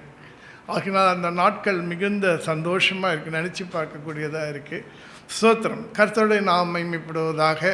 நாம் ஒரு சில ஜெபங்களை ஏறெடுத்து விட்டு நாம் தேவ செய்திக்குள்ளாய் கடந்து போவோம். பரலோக பிதாவே, நாங்கள் உம்மை ஸ்தோத்திரிக்கிறோம். அன்பு தகப்பனே, அப்பா பிதாவே, ஸ்தோத்திரிக்கிறோம். அன்புள்ள இயேசுவே, இரட்சகரே, பரிசுத்த ஆவியானவரே, ஸ்தோத்திரிக்கிறோம். பிதா, குமாரன், பரிசுத்த ஆவியே, திரியேக தேவனே, ஸ்தோத்திரிக்கிறோம். ஆண்டவரே, அருமையான தேவதாஸ் அவர்களுக்கும், ஆண்டவரே, அருமையான சகோதரி அவர்களுக்கும், தேவன் கொடுத்த பிள்ளைகளுக்காகவும் நான் செபிக்கிறேன். ஆண்டவரே, இந்த முழு குடும்பத்தையும் தேவன் நீங்கள் ஆசீர்வதிப்பீராக. நல்ல சுகத்தையும் ஆண்டவரே, வல்லமையும் அபிஷேகத்தையும் தாளந்துகளையும் வரங்களையும் கொடுத்து நீங்கள் ஆசீர்வதிங்க. இன்னும் வல்லமையாய் நீங்கள் பயன்படுத்துங்க ஆண்டவரே. அவருக்காக நீங்கள் கொடுத்த ஆத்துமாக்களுக்காய் செபிக்கிறேன். இந்த சபைக்காய் செபிக்கிறேன் ஆண்டவரே. இந்த சபை உம்மேல் கட்டப்பட்ட ஒரு சபையாக இருக்கிறது. நீரே இந்த சபைக்கு மூளைக்கல்லாக இருக்கிறீர். அருமையான கர்த்தாவே, விலையேற பெற்றவர்களை நீர் ஜீவனுள்ள கற்களாய் இந்த சபைக்கு நீ கொடுத்திருக்கிறீர் ஆண்டவரே. அனைவரையும் பேர் பேராய் ஆசீர்வதிங்க. அவங்க குடும்பங்களை ஆசீர்வதிங்க கர்த்ததாமே. இங்கே இருக்கிற ஒவ்வொருவரும் ஆண்டவரே இயேசுவுக்கென்று ஆண்டவரை எழும்பி பிரகாசிக்கவும், அநேக ஆத்துமாக்களை அறுவடை செய்கிறவர்களாகவும் கர்த்தர் ஆண்டவரே இவர்கள் மீது உங்கள் கிருபையும் உம்முடைய வல்லமையும் ஊற்றும்படியாய் கேட்டு செபிக்கிறேன் கர்த்தாவே. தேவன்தாமே ஆண்டவரே இவர்களுக்கு கொடுத்த பிள்ளைகளுக்காய் நான் செபிக்கிறேன். இன்றைக்கு சந்ததிகள் கர்த்தாவே இன்றைக்கி பாவ வாழ்க்கையில் ஆண்டவர் சென்று கொண்டு இருக்கிறாங்க. ஆனால் உங்களுடைய பிள்ளைங்களை நிச்சயமாய் நீர் ஆண்டவரே உமது வழியில், உமது சத்தியத்தில், உமது பரிசுத்தத்தில், உமது நீதியில், உமது உண்மையில், உமது வார்த்தையில், உமது அபிஷேகத்தில், உமது ஆவியின் வழிநடத்துதலே அவர்களை வழிநடத்தும்படியாக கேட்டு செபிக்கிறோம் அப்பா. நீர் எங்களுக்கு வாக்கு பண்ணியிருக்கீங்க, 1000 தலைமுறைக்கு மேலாய் ஆசீர்வதிப்பேன் என்று சொல்லி உன் சந்ததி மேல் என் ஆவியும் சந்தானத்தின் மேல் என் ஆசீர்வாதத்தையும் ஊற்றுவேன் என்று சொல்லியிருக்கீங்க. உங்களோட பிள்ளைகளோட சமாதானம் பெரிதாக இருக்கும் என்று வாக்கு பண்ணியிருக்கீங்கப்பா. எங்களோட பிள்ளைங்களுக்காக நாங்கள் செபிக்கிறோம் கர்த்தாவே. எங்களை இம்மற்றுமாய் எங்களை வழிநடத்த தேவன், இடது பக்கம் வலது பக்கம் சாயாதபடி எங்களை கொண்டு வந்த தேவன், எங்கள் பிள்ளைகளை குறித்த பாரம், இனி வரும் சந்ததிகளை குறித்த பாரம் எங்களுக்கு அதிகமாக இருக்கிறது ராஜா. ஆண்டவரே எங்கள் பிள்ளைகளையும் எங்கள் பிள்ளைகளையும் தேவனே நீர் பொறுப்படுத்திக் கொண்டு உமது பரிசுத்த வழியிலே அவர்களை வழிநடத்தும்படியாய் தாழ்மையுடன் நாங்கள் கேட்டுக்கொள்கிறோம் எங்கள் நல்ல பிதாவே. ஆமீன், ஆமீன். அப்படியாகவே ஆண்டவரை சுகபீனமாய் இருக்கிறவர்களுக்காக செபிக்கிறேன் ஆண்டவரை. அப்பா, இந்நாட்களில் அநேக பலவீனங்கள், சுகவீனங்கள் ஆண்டவரை, அப்பா, மன அழுத்தங்கள், உள்ளான காயங்கள், வெளிப்புற காயங்கள் எத்தனையோ உண்டு ஆண்டவரே. இதெல்லாம் சுமந்து கொண்டு உங்கள் பிள்ளைங்க உங்கள் சமூகத்தை நாடி தேடி வந்து உங்களை நோக்கி பார்க்குறாங்கப்பா. உங்கள் முகத்தையே பார்க்குறாங்க ஆண்டவரே. நீங்கள் உதவி செய்யுங்க, நல்ல சுகத்தை கட்டடுங்க. எந்த பலவீனமோ எந்த விதமான வியாதியோ சுகவீனமோ எது இருந்தாலும் எஸ்அப்பா இந்த நாளிலே அவர்களை விட்டு எடுத்து போட்டு ஒரு அற்புத சுகத்தை தேவன் தந்து நீங்கள் ஆசீர்வதிக்கும்படியாக கேட்டு செபிக்கிறேன் கர்த்தாவே. ஆமாண்டவராகிய என் தேவனே, அவர்களுடைய பொருளாதாரத்தில் அவங்க சந்திக்கிற பிரச்சனைகள் கர்த்தாவே நீ அறிந்திருக்கீங்க. நீங்கள் உதவி செய்யுங்க ஆண்டவரை, ஆசீர்வதிங்க ஆண்டவரை. அதே போல் அவங்களுடைய பிஸ்னஸ், வேலை, வருமானம் ஆண்டவரே, அவங்க முயற்சி செய்கிற பிரயாசங்கள் எல்லாவற்றையும் ஆண்டவர், எல்லா எஜுகேஷன் எதுவாக இருந்தாலும் ஆண்டவரை நீர் உங்கள் பிள்ளைங்களுக்கு அருமையாய் கொடுத்து நீங்கள் ஆசீர்வதிப்பீங்கப்பா. ஏன்னா உங்கள் பிள்ளைங்க உங்கள் பார்வைக்கு அருமையாக இருக்கிறபடினாலே கனம் பெறுகிறவர்களாக இருக்கிறாங்க ராஜா. எல்லோரையும் தேவன் நீங்கள் ஆசீர்வதிக்கும்படியாக கேட்டு செபிக்கிறேன். அதே போல் ஆராதிப்பதற்காக இந்த ஸ்தலத்தை கொடுத்த கர்த்தாவே, உம்முடைய பிள்ளையும் உங்கள் குடும்பத்தையும் தேவன் அபரிமிதமாய் ஆசீர்வதிங்க. எல்லாவற்றையும் கர்த்தரில் ஒப்பு கொடுக்கிறோம் எங்கள் நல்ல பிதாவே, ஆமீன். ஹல்லேலூயா. கர்த்தருடைய நாம் மகிமைப்படுவதாக. இன்றைக்கு ஒரு வசனத்தை நாம் எடுத்து வாசித்து அதை கொஞ்சம் தியானம் பண்ணி பார்த்து முடிப்போம்.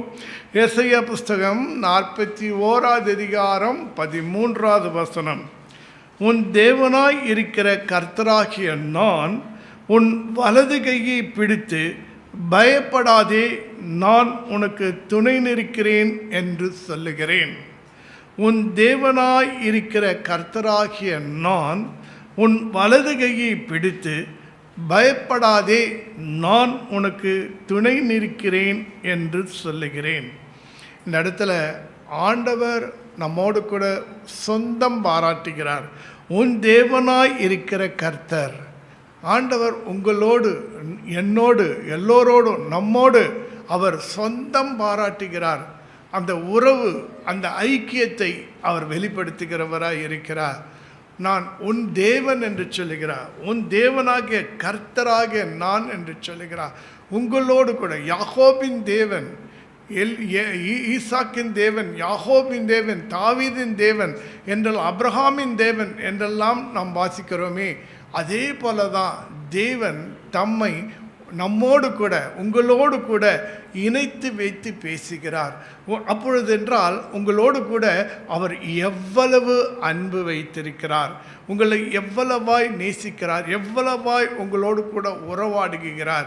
சில சமயம் நம்ம அவரை மறந்து போயிருக்கலாம், அல்லது நாம் அவர் சில சமயம் நம் நினைவில் கூட அவர் இல்லாத போய் இருக்கலாம். இந்த உலகத்திலே அநேக காரியங்கள், அவசரமான வேலைகள், நம்ம எல்லாவற்றிலும் சில சமயம் மறந்துடுவோம். ஆனால் ஆண்டவர் நம்மை ஒருபோதும் மறப்பது இல்லை. கர்த்தர் எப்போதுமே அவர் நினைவிலே நம்மை வைத்திருக்கிறவராய் இருக்கிறார். அவர் எப்போதுமே நம்மை காண்கின்றவராய் இருக்கிறார். அவர் எப்போதுமே நமக்குள்ளே வாசம் செய்கிறவராய் இருக்கிறார். அவர் எப்பொழுதுமே நம் சமீபமாய் இருக்கிறவராய் இருக்கிறார். அவர் எப்போதுமே நம் அருகில் இருக்கிறவராய் இருக்கிறார். அவர் எப்போதுமே நம் வலது பக்கத்தில் இருக்கிறவராய் இருக்கிறார். அவர் எப்போதுமே நம் முன்பாக கடந்து போகிறவராய் இருக்கிறார். எப்பொழுதுமே அவர் பின்பின் நம்மை காக்கிறவராய் இருக்கிறார். எப்பொழுதுமே அவர் பறந்து காக்கும் பட்சி போல எப்போது நம்மை என்ன செய்கிறார், அவர் நமக்கு பாதுகாப்பை கொடுக்கிறவராய் இருக்கிறார். ஆகினால அவர் நம்மை என்றும் மறப்பது இல்லை, அவர் நம்மை விட்டு விலகுவதும் இல்லை, நம்மை கைவிடுவதும் இல்லை. நம்மை நேசிக்கிற தேவன் நம்மோடு கூட இருக்கிறார். நாம் அவருக்கு சொந்தமானவர்கள். ஆகினாலே தேவன் என்ன சொல்ல, உன் தேவனாயிருக்கிற கர்த்தராகிய நான் என்று சொல்லுகிறார். இரண்டாவது காரியம், இன்னும் அவருடைய சொந்தத்தை அதிகமாக கொண்டு வராரு, அவருடைய அன்பை இன்னும் அதிகமாக கொண்டு வராரு. ஆண்டவர் என்ன செய்கிறாரு, உன் வலது கையை பிடித்து, நம்மளது வலது கையை பிடிக்கிறாராம். கொஞ்சம் யோசிச்சு பாருங்க, யார் நம்ம வலது கையை பிடிக்க முடியும்? நம்ம யார் அதிகமாக நேசிக்கிறாங்களோ, யார் நமக்கு உதவி செய்ய விரும்புகிறாங்களோ, யார் நமக்கு துணையாக நிற்கிறாங்களோ, யார் நம் பட்சத்தில் இருக்கிறாங்களோ, அவங்க தான் நம்மளுடைய கையை தொடுவாங்க. அவர் நமது வலது கையை பிடித்து நமக்கு ஒரு கேரண்டி கொடுக்கிறாரு. அவர் அதிகமாக அவருடைய அன்பை வெளிப்படுத்துகிறாரு. நம்மோடு கூட இருக்கிறதை உணர்த்துகிறார். ஒரு உணர்வை ஏற்படுத்துகிறவராக இருக்கிறார். நான் அவங்க கூட இருக்கிறேன். சில சமயம் நம்ம அவரை பார்க்காத கூட இருக்கலாம். நம்ம எத்தனையோ ரயில்வே ஸ்டேஷனில் போகிறோம், பஸ் ஸ்டாண்டில் போகிறோம், நம்ம பக்கத்தில் யார் இருக்காங்க கூட நம்ம கவனிக்க மாட்டோம். அது மாதிரி சில சமயம் நம்ம கவனிக்காமல் இருக்கலாம், ஆனால் அவர் நம்மை கவனிக்காத இருக்கிறது இல்லை. நமது வலது கையை பிடிச்சி சொல்கிறார். திடீர்னு நம்ம கையை பிடிச்சி வைத்த பிரதர் எங்கே போகிறீங்க நம்மளை கேட்கும் போது, அப்போ தான் நம்ம பார்க்குறோம் யார் இதுன்னு பார்க்கும்போது, ஐயோ ஃப்ரெண்டு வந்திருக்கேன், இந்த எப்படி இருக்கீங்க பிரதர்ன்னு சொல்லி நம்ம சந்தோஷமாக கேட்குறோம். அதே மாதிரி தான் கர்த்தர் நம்ம வலது கையை பிடிக்கும் போது நம்ம அந்த உணர்வு இருக்க பாருங்கள், அவர் அன்பு ஐக்கியம் அதில் நம்ம அதிகமாக போவோம். ஆண்டவர் அடிக்கடி இதை நம்ம செய்கிறவராக இருக்கிறார். சில சமயம் நம்ம அதை தவற விட்டுடுறோம். ஆனாலும் கர்த்தர் அவருடைய ஐக்கியத்தையும் அன்பையும் அவர் எல்லாவற்றையும் அவர் உணர்வையும் அவருடைய காரியத்தை அவருடைய பிரதிபலிப்பையும் அவர் எவ்வளோ நேசிக்கிறார் என்பதை, எவ்வளோ நம்மை பாதுகாக்கிறார் என்பதை வெளிப்படுத்தும்படியாக அவர் என்ன செய்கிறாரு, நம்ம வலது கையை பிடிக்கிறாரு. இந்த இடத்துல அது மாத்திரமல்ல, இன்னும் கொஞ்சம் கிட்ட போய் சொல்கிறாரு, பயப்படாதே என்று சொல்கிறார். நம்ம வாழ்க்கையில் இன்றைக்கி அநேக காரியங்கள், நம்ம கிறிஸ்துவுக்குள்ளே தான் வாழுகிறோம், கிறிஸ்துவுக்குள்ளே தான் நம்ம எல்லாமே நான் இருக்கிறோம், ஜெபிக்கிறோம், போகிறோம், வரோம். ஆனாலும் பயம் என்பதை நம்மளால் என்ன செய்ய முடியல. நம்ம அதை ஜெயம் கொள்வது, நம்ம ஏதாவது ஒரு பயம் நம்மை ஆட்கொண்டு தான் இருக்குது. நம்ம பிள்ளைங்களை குறித்த பயம் இருக்கலாம், வேலையை குறித்த பயம் இருக்கலாம், வியாதியை குறித்த பயம் இருக்கலாம், மரணத்தை குறித்த பயம் இருக்கலாம், அல்லது நம்முடைய எதிர்காலத்தை குறித்த பயம் இருக்கலாம். ஏதாவது ஒரு பயம், அனாவசியமான பயங்கள் கூட இருக்கிறது, தேவையில்லாத பயங்கள் கூட நமக்கு இருக்கிறது. ஆனால் அந்த பயம் வந்து பிசாசினுடைய ஆயுதமாக இருக்கிறது.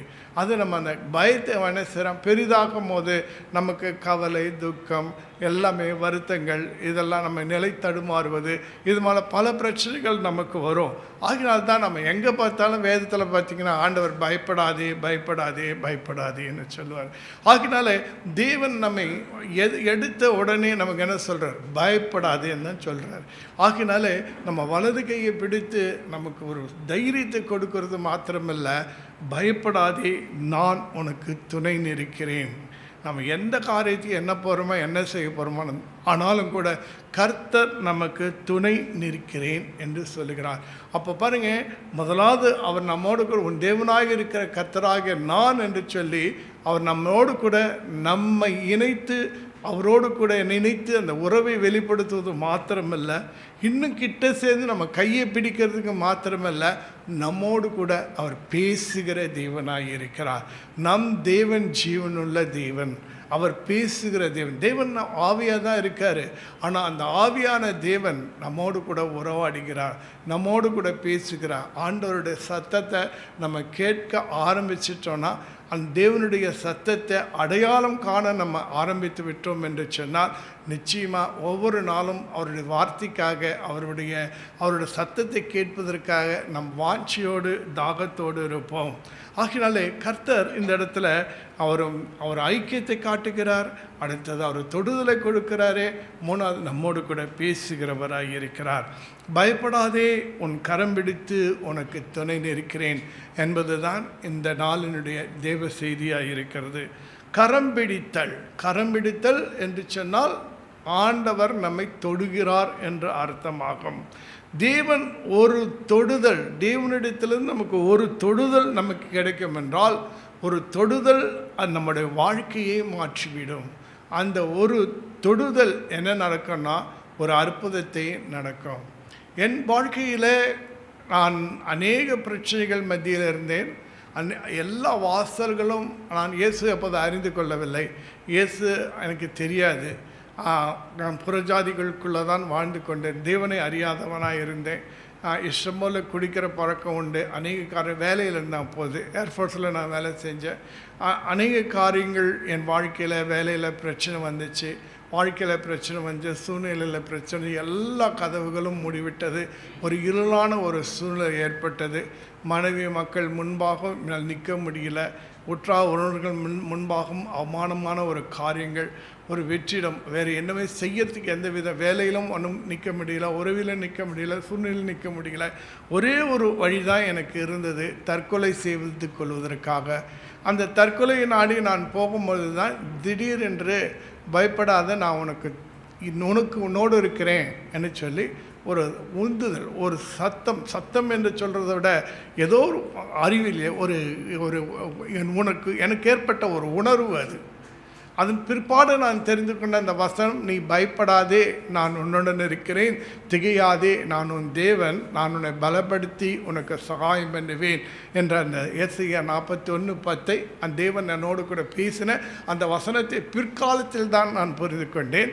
ஆனால் அன்னைக்கு ஆண்டவர் என்னை தொட்டதை நான் உணர்ந்தேன், பயப்படாதே என்று சொன்னதை நான் உணர்ந்தேன்.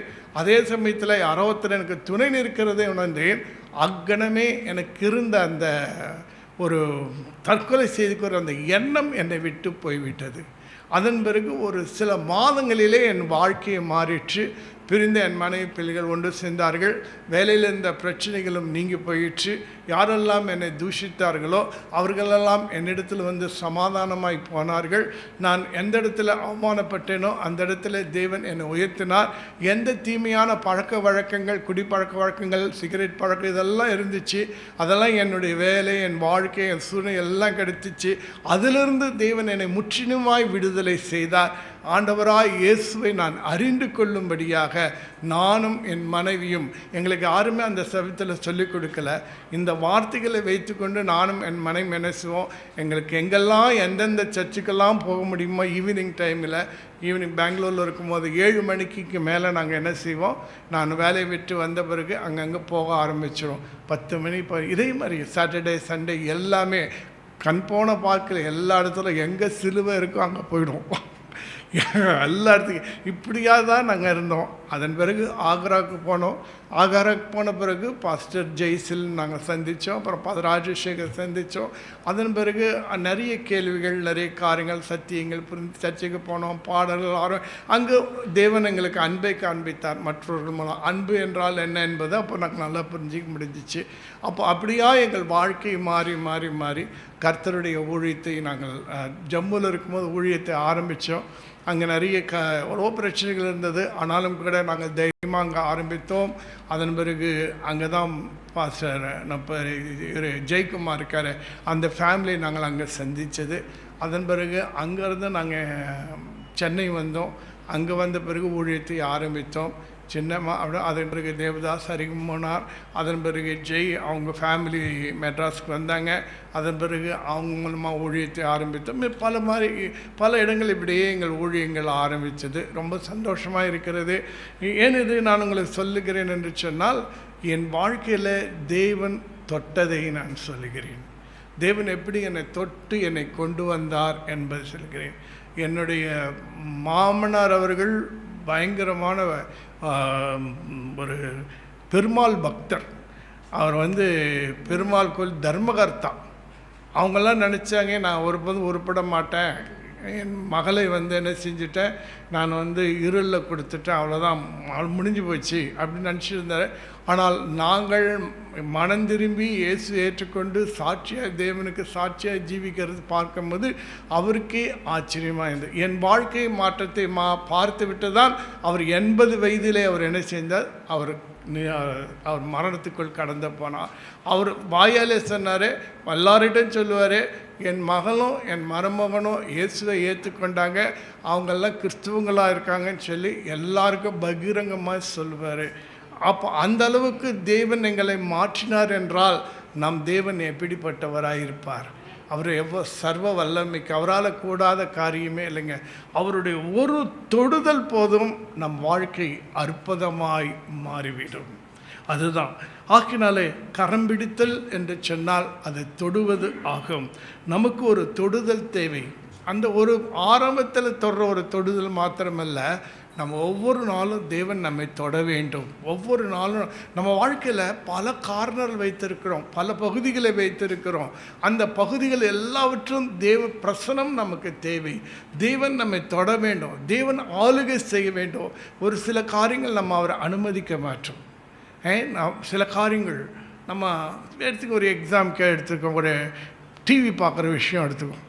டிவி பார்க்குறதுல நம்ம என்ன செய்ய மாட்டோம், டிவி பார்ப்போம், எல்லாத்தையும் பார்ப்போம். அந்த இடத்துல மட்டும் என்ன செய்ய மாட்டோம், இயேசுவை நம்ம அனுமதிக்க மாட்டோம். இந்த ஏரியாவுக்கு மட்டும் வந்துடாதீங்க, மற்ற இடத்துக்கெல்லாம் வாங்க, நாங்கள் பார்த்துக்கிறோம். அந்த இடத்துலையும் தேவன் ஆளுகை செய்ய வேண்டும். மொபைல் எடுத்துக்கலுங்க. மொபைலை நம்ம பார்க்க ஆரம்பிச்சுன்னா என்ன பார்க்குறோன்னே தெரியாது. முதல்ல அரசியலை பார்ப்போம், பாடல்களை பார்ப்போம், தெய்வ செய்திகளை பார்ப்போம், அதை கடைசியில் வேறு எங்கே போவோம்னு தெரியாது. ஆனால் அதிலும் தெய்வ ஆளுகை நமக்கு தேவை. ஆகினால முற்றிலுமாய் கர்த்தர் நம்மை தொட வேண்டும். எல்லா பகுதியிலும் தொட்டால் தான் நம்ம வாழ்க்கை அற்புதமாக மாறும், சாட்சியாய் மாறும், தேவனுக்கு மகிமையாய் மாறும். ஆகினாலே ஆண்டவர் ஒரு குஷ்டரோகியை தொட்டபோது அவன் சொஸ்தமானான். பாருங்க, பேதுருடைய மாமியை தொட்டபோது அந்த அம்மா ஜுரத்திலேருந்து விடுதலை அடைஞ்சாங்க. குருடர்களை தொட்டபோது அவங்க பார்வை அடைந்தாங்க. செவிடர்களையும் ஊமையர்களும் தொட்டபோது அவங்க கேட்கவும் பேசவும் செய்தார்கள். மரித்தவர்களை தலித்தாகுமி என்று சொல்லி தொட்டபோது அந்த சிறுபெண் உயிரோடு கூட எழுந்திருந்தாள். பாடையை தொட்டபோது வாலிபன் ஏஞ்சி உட்கார்ந்து பேச ஆரம்பிச்சிட்டான். தேவன் தொட்டார்னால அற்புதம் நடக்கும்.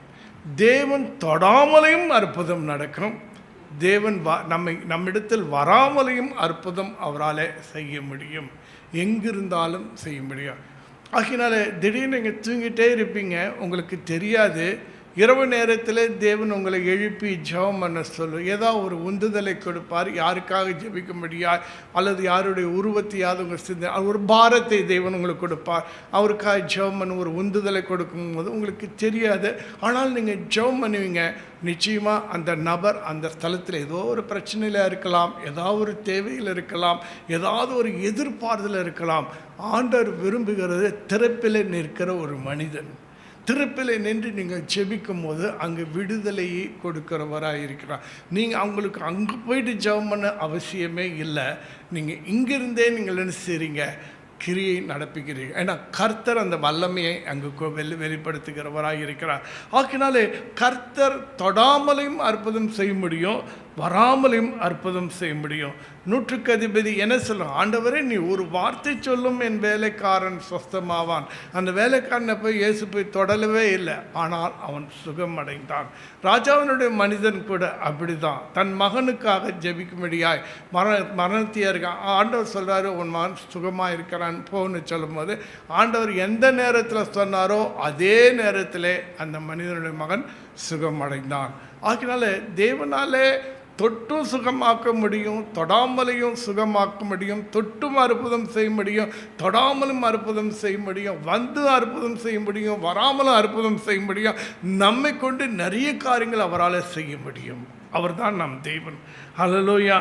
ஆகினாலே கரம் பிடித்து துணை நிற்கிறேன் என்றால் என்ன அர்த்தம்? முதலாவது காரியம் என்னென்னா, ஆண்டவர் உங்கள் கரத்தை பிடிச்சிட்டாரு.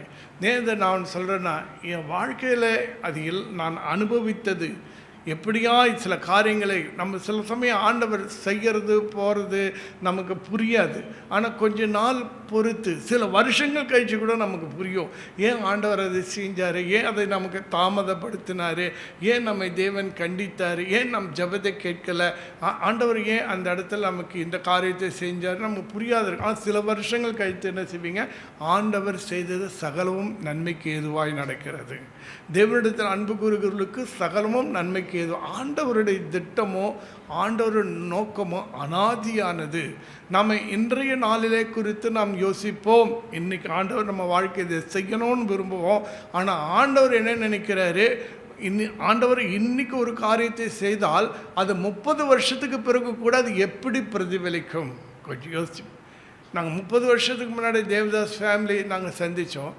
இன்றைக்கி பாருங்கள், அவர் இன்றைக்கி என்னை குறித்து சொல்லுகிறார். எனக்கு சந்தோஷமாக இருக்கிறது. என்ன சொன்னால், எங்கள் ஒரு பெரிய சபை உருவாகி இருக்கிறது. ஆண்டவர் இங்கே மட்டும் இந்த காணொலியை பார்க்கிறவர்களை கூட நான் சொல்கிறேன், இந்த காணொலியின் மூலமாக அவர் ஊழியம் எங்கெங்கோ பல நாடுகளுக்கு போய் இருக்கிறது பார்க்கும்போது ரொம்ப சந்தோஷமாக இருக்கிறது. ஆகினால நான் ரொம்ப பெருமைப்படுகிறேன். நான் ரொம்ப ஆசீர்வதிக்கப்பட்டவன் என்று தான் நான் சொல்லுவேன். ஆகினால இதையெல்லாம் காணும் பாக்கியத்தை தேவன் கொடுக்கிறாரே, எவ்வளோ பெரிய ஆசீர்வாதம் அது. கர்த்தருடைய நாம் மகிமைப்படுவதாக. கர்த்தர் நம்முடைய கரத்தை பிடித்து சொல்லுகிறார், நீ தனியாக இல்லை. அல்லேலூயா. நீ தனிமையாக இல்லை மகனே, நீ தனிமையாக இல்லை மகனே, நான் உன்னோடு கூட இருக்கிறேன் என்பதை உணர்த்தும்படி தான் கரம் பிடித்து துணை நிற்கிறேன் என்று சொல்லுகிறார்.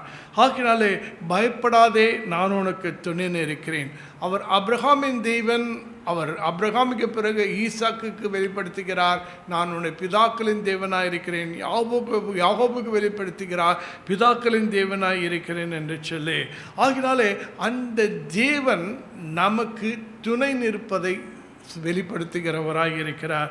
ஆக்கினால யோசுவா கூட மோசையோடு இந்த தேவன் யோசுவா வழிநடத்தினாராம். அதனால ஆண்டவர் தலைமுறையாக தேவன் நம்மோடு கூட இருந்து நம்மை தனியாக இல்லை, நான் உன்னோடு கூட இருக்கிறேன், நாம் 2 பேரும் சேர்ந்து ஐக்கியமாக இருந்து நாம் காரியங்களை நடப்பிப்போம் என்பது தான் அவருடைய சித்தமாகவும் இருக்கிறது, அவர் சொல்லுகிற ஒரு காரியமாய் இருக்கிறது. கிதியோனுக்கு கூட என்ன சொல்கிறான், கர்த்தர் எங்களோடு இருந்தால் இதெல்லாம் ஏன் சம்பவிக்க போகிறது என்று கேட்கிறான். ஆனாலும் கூட கர்த்தர் சொல்லுகிறார், பராக்கிரமசாலியே பயப்பட, கர்த்தர் உன்னோடு கூட இருக்கிறார். ஆகினால அதுக்கு பிறகு கிதியோனுடைய வாழ்க்கை உங்களுக்கு தெரியும், என்னெல்லாம் எப்படியா ஒரு பெரிய இரட்சகனாய் கர்த்தர் அவனை மாற்றினார் என்று சொல்லி. ஆகினால இன்றைக்கு உன் கரத்தை பிடித்து கர்த்தர் சொல்லுகிறார், மகனே மகளே, நீ தனியாக இல்லை, நான் உன்னோடு கூட இருக்கிறேன். உன்னோடு கூட இருக்கிறவர் யார்? உலகத்தில் இருக்கிறவன் பெரியவரான தேவன் உன்னோடு கூட இருக்கிறார். சர்வ வல்லவர் உன்னோடு கூட இருக்கிறார். அவர் உன்னை ஆண்டவர் உன்னுடைய வாழ்க்கையில் அவர் உன்னோடு கூட இருந்தார் என்று சொன்னால், கர்த்ததாமே அவருடைய ஆளுகை உன்னோடு கூட இருக்கும் என்றால், அவருடைய பிரசனம் உன்னோடு கூட இருக்கும் என்று சொன்னால், நிச்சயமாய் உன் வாழ்க்கையிலே நீ ஜெயமுடையவனாய் வாழ முடியும். நீ தவறு செய்தாலும் அது தவறு என்று சுட்டி காட்டுவார்.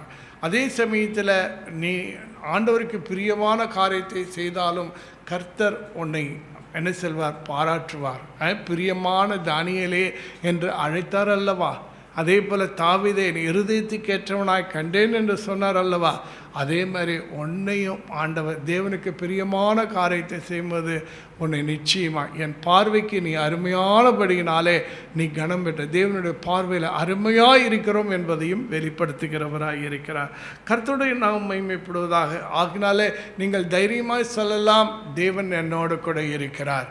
யெகோவா ஷம்மா என்னோடு கூட இருக்கிறார். எம்மானுவேல் என்னோடு கூட இருக்கிறார்.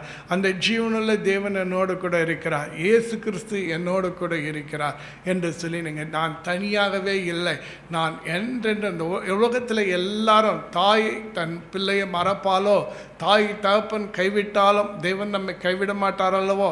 தாவீதெல்லாம் சொல்லியிருக்காரு இல்லைங்களா? அதனால் தேவன் நம்மை ஒருபோதும் மறக்க மாட்டார், நம்மை கைவிடவும் மாட்டார். சில சமயம் அமைதியாக இருக்கும் போது நம்ம நினைக்கிறோம், நம்ம ஆண்டவர் நம்மை மறந்துட்டாரோ, நம்ம கைவிட்டுட்டாரோ. அதே சங்கீதக்காரன் சொல்கிறான், இது இல்லை என்னுடைய பலகீனம் என்று சொல்லுகிறான். ஆகினாலே நாம் ஒருபோதும் சந்தேகப்பட வேண்டாம். சில சமயம் நம்ம படகுல இயேசு நித்திரை போகிறவர் மாதிரி இருக்கலாம், ஆனால் அவர் நித்திரையாக இருக்கிறதில்ல. அவர் எல்லாத்தையும் நாம் என்ன செய்கிறோம் என்பதை அவர் பார்க்கிறவராகத்தான் இருக்கிறார். அவருடைய அந்த பூமியில் இருக்கும்போது அவர் சரீரம் வேணுமென்றால் நித்திரையில் இருக்கலாம், ஆனால் அவர் ஜீவனுள்ள ஆவி உடையவர் அல்லவா? அவர் என்றும் காண்கின்றவராக இருக்கிறார். அவர் அப்படி நம்மளை கைவிடவும் மாட்டார். நம்ம காற்றையும் கடலையும் அதற்றி நம்மை வாழ வைக்கிற தெய்வம் தான். ஒரு சமயம் நமக்கு தெரியும், எதிர்காற்று வீசும்போது சீஷர்களெல்லாம் படகு வலிக்க ரொம்ப கஷ்டப்படுறாங்க. அப்போ ஆண்டவராக இயேசு கிறிஸ்து என்ன செய்கிறார்? அவர் கடல் மீது நடந்து வந்து அவர்களுக்கு உதவி செய்கிறதை நாம் பார்க்கிறோம். அந்த நடு ஜாமத்தில் அவங்க போயிருந்தால் சீக்கிரமாக போயிருக்கலாம், ஆனால் எதிர்காற்று வீசும்போது அவங்கள போக முடியல. ஏன்னா பிசாசின் கிரியைகள் நம்ம வாழ்க்கையில் ஒரு காரியம் ஆரம்பிக்கும் போது நிச்சயமாக அவன் எதிர்த்து நிற்பான். ஆனாலும் கர்த்தர் நமக்கு துணையாக இருந்து நம்மை விடுவித்து, நம்மை ரட்சித்து, நம்மை காப்பாற்றி, நம்மை அக்கறைக்கு கொண்டு செல்கிறவர் தான் நம் தேவன். ஹல்லேலூயா. 2வது ஒரு காரியம் பாருங்கள், ஏன் நம்முடைய கரத்தை அவர் பிடிக்கிறார் என்று சொன்னால், அவர் நம்மை உருவாக்கும்படியாக, உன்னை உருவாக்குவதற்காக, பாவியை நீதிமானாய் மாற்றுவதற்காக, பலவீனனை பலவானாய் மாற்றுவதற்காக, அற்பமானவைகளை இது உயர்தரமாய் மாற்றுவதற்காக, நீ பாலைவனமாய் வறண்டதை சோலைவனமாய் மாற்றுவதற்காக, ஆடு மேய்க்கிறவனை ராஜாவாக மாற்றுவதற்காக, சாதாரணமானவனை ஏதோ பெரிய அசாதாரணமானவன் மாற்றுவதற்காக, சாதாரணமானவர்களை ராஜாக்களும் ராஜாத்தியங்களுமாய் மாற்றும்படியாக, இப்படியாக கர்த்தர் என்ன செய்கிறவராக இருக்கிறார்? நம்மை உருவாக்கும்படியாக, நம்மை உருவாக்கி நம்மை விசேஷமாய் மனிதர்களாக, விசேஷமான ஆவியுடையவர்களாக, விசேஷமாய் அவருடைய சித்தத்தை, அவர் நோக்கத்தை நிறைவேற்றுவர்களாய் இருக்கும்படியாய் நம்மை உருவாக்குகிறவராய் இருக்கிறார். எப்படியா ஒரு குயவன் கையில் அந்த களிமண் வனைந்து கொடுக்கிறதோ, அதே போல் நாமும் வனைந்து கொடுக்கும்போது அவருடைய சிறப்பான ஒரு பாத்திரமாய் நம்மை மாற்றுவார். சில சமயம் நம்ம கெட்டு போயிடுவோம், அவர் சித்தத்துக்கு நம்ம கீழ்ப்படியாது போயிடுவோம். ஆனால் அவர் அதை தூக்கி எறிய மாட்டார். மீண்டும் தன் பார்வைக்கு சரியானபடி நம்ம என்ன செய்வார்? வனைந்து திருப்பி ஒரு பாத்திரமாய் மாற்றுவார். ஆகினாலே கர்த்தர் நம்மை ஒருபோதும் அவர் நம்மை தூக்கி எறிகிறவர் அல்ல, நம்மை அற்பமாய் எண்ணுகிறவரும் அல்ல, நம்மை அசட்டைப்படுத்துகிறவரும் அல்ல. ஆண்டவர் நம்மை மீண்டும் மீண்டுமாக நம்மை உருவாக்குகிறவராய் இருக்கிறார். ஆகினாலே நம்மை மேன்மைப்படுத்துகிறவராய் இருக்கிறார். நம்மை புதிதும் கூர்மையிலே எந்திரமாக்குகிறவராய் இருக்கிறார். பெரிய ஜாதி, கிரேட் நேஷனாய் மாற்றுகிறவராய் இருக்கிறார். ஆத்ம ஆதாயம் பண்ணுகிறவர்களாய் நம்மை மாற்றுகிறவராய் இருக்கிறார். நம்மை உருவாக்குகிற தேவன், இதெல்லாம் ரொம்ப முக்கியம். நம்ம ஏதாவது ஆண்டவரை நாம் தெரிந்து கொண்டோம் என்றால், ஆண்டவர் நம்மை தெரிந்து கொண்டார் என்றால், அவருடைய கரத்தில், பலத்த கரத்தில் நாம் இருப்போம் என்று சொன்னால், நிச்சயமாய் அவரை நம்மை உருவாக்குவார். அவர் பலத்த கரத்துக்குள் நாம் அடங்கியிருப்போம் என்று சொன்னால், சின்னவன் ஆயிரமும் சிறியவன் பலத்த ஜாதியுமாய் மாறுவான். கர்த்தர் நம்மை உருவாக்குகிற தேவனாய் இருக்கிறார். ஆகினாலே யாக்கோபை தேவன் உருவாக்கவில்லையா? 10 கோத்திரங்களுக்கு பிதாவாய் இஸ்ரவேல் பிரபு. அவன் வாழ்க்கையில் எவ்வளோ போராட்டங்களை சந்தித்தான். ஆனாலும் இரவும் தேவனோடு போராடுகிறான், ஜெபத்திலே போராடுகிறான்.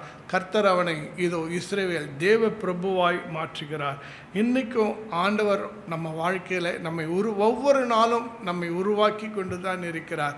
நம்மை ஆண்டவர் ஒரு பாத்திரமாய், நம்மை சிறந்த பாத்திரமாய், நம்ம அநேக படிப்பினைகள், அநேக சோதனைகள், பிரச்சனைகள், அநேக உபத்திரங்கள் வந்தாலும் நம்மை தேவன் உருவாக்கி கொண்டிருக்கிறார். நம்மை பலப்படுத்தி கொண்டிருக்கார், திடப்படுத்தி கொண்டிருக்கிறார்.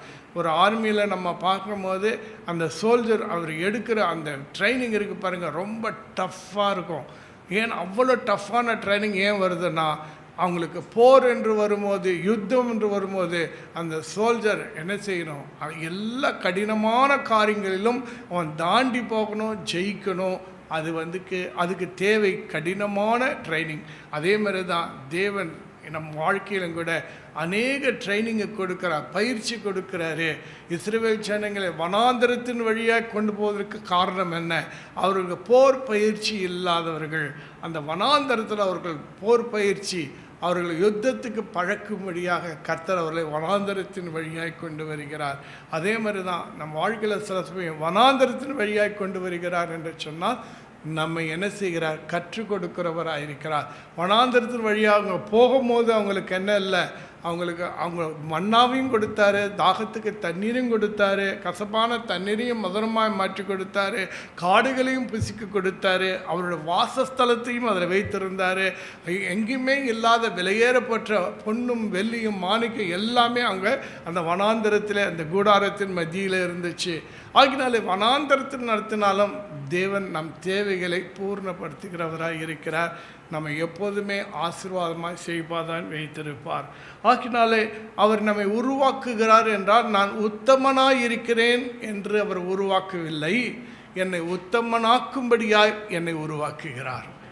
நான் ஒரு நல்லவன் சொல்லி என்னை ஆண்டவர் தெரிந்து கொள்ளவில்லை, என்னை நல்லவனாய் மாற்றும்படியாய் அவர் தெரிந்து கொண்டார். இதுதான். ஆகினாலே இன்னைக்கு தேவன் நம்மை உருவாக்குவதற்காக நம் கரம் பிடித்து நமக்கு துணை நிற்கிறார். மூன்றாவது ஒரு காரியத்தை நம்ம பார்த்தோம்னா, தேவன் நம்மை கரம் பிடித்து நம்மை துணை நிற்கிறார் என்றால், நம்ம கரத்தை பிடிக்கிறார் என்று சொன்னால், நாம் அறியாத பாதையிலே நம்மை நடத்தும்படியாக. நாம் வாசிக்கிறோம் எசையா 42 அதிகாரம் 16வது வசனம், குருடர்களை அவர்கள் அறியாத வழியிலே நடத்தி அவர்களுக்கு தெரியாத பாதைகளில் அவர்களை அழைத்து கொண்டு வந்து அவர்களுக்கு முன்பாக இருளை வெளிச்சமாக்கி கோணலை செவ்வையாக்குவேன். இந்த காரியங்களை அவர்களுக்கு செய்து அவர்களை கைவிடாது இருப்பேன். குருடர்கள் அவர்கள் அறியாத வழியிலே. நமக்கு நேற்று நேற்று நடந்ததெல்லாம் நமக்கு ஞாபகம் இருக்குது. இன்றைக்கி நடந்ததும் ஓரளவுக்கு யூகம் பண்ணிடுவோம். இன்னைக்கு ஈவினிங் கூட என்ன எப்படி இருந்தாலும் 8 மணிக்கு பாஸ் தேவதாஸ் இந்த மீட்டிங்கை முடிச்சிடுவார், நமக்கு வீட்டுக்கு போயிடுவோம் தெரியும். ஆனால் நாளைக்கு காரியங்கள் கொஞ்சம் கஷ்டம்தான். ஏன்னு சொன்னால் நாளைக்கு காரியங்கள் நமக்கு தெரியாது. அவ்வளோ சீக்கிரமாக 100க்கு 100 நம்ம நிதானிக்க முடியாது. ஆனால் அந்த காரியங்கள்லாம் நமக்கு கொஞ்சம் இருளாதான் காணப்படும். நம் எதிர்காலமே கொஞ்சம் இருளாதான் காணப்படும். என்ன செய்து ஏது போகிறது நமக்கு தெரியும். குருடர்களை போல் இருப்போம்.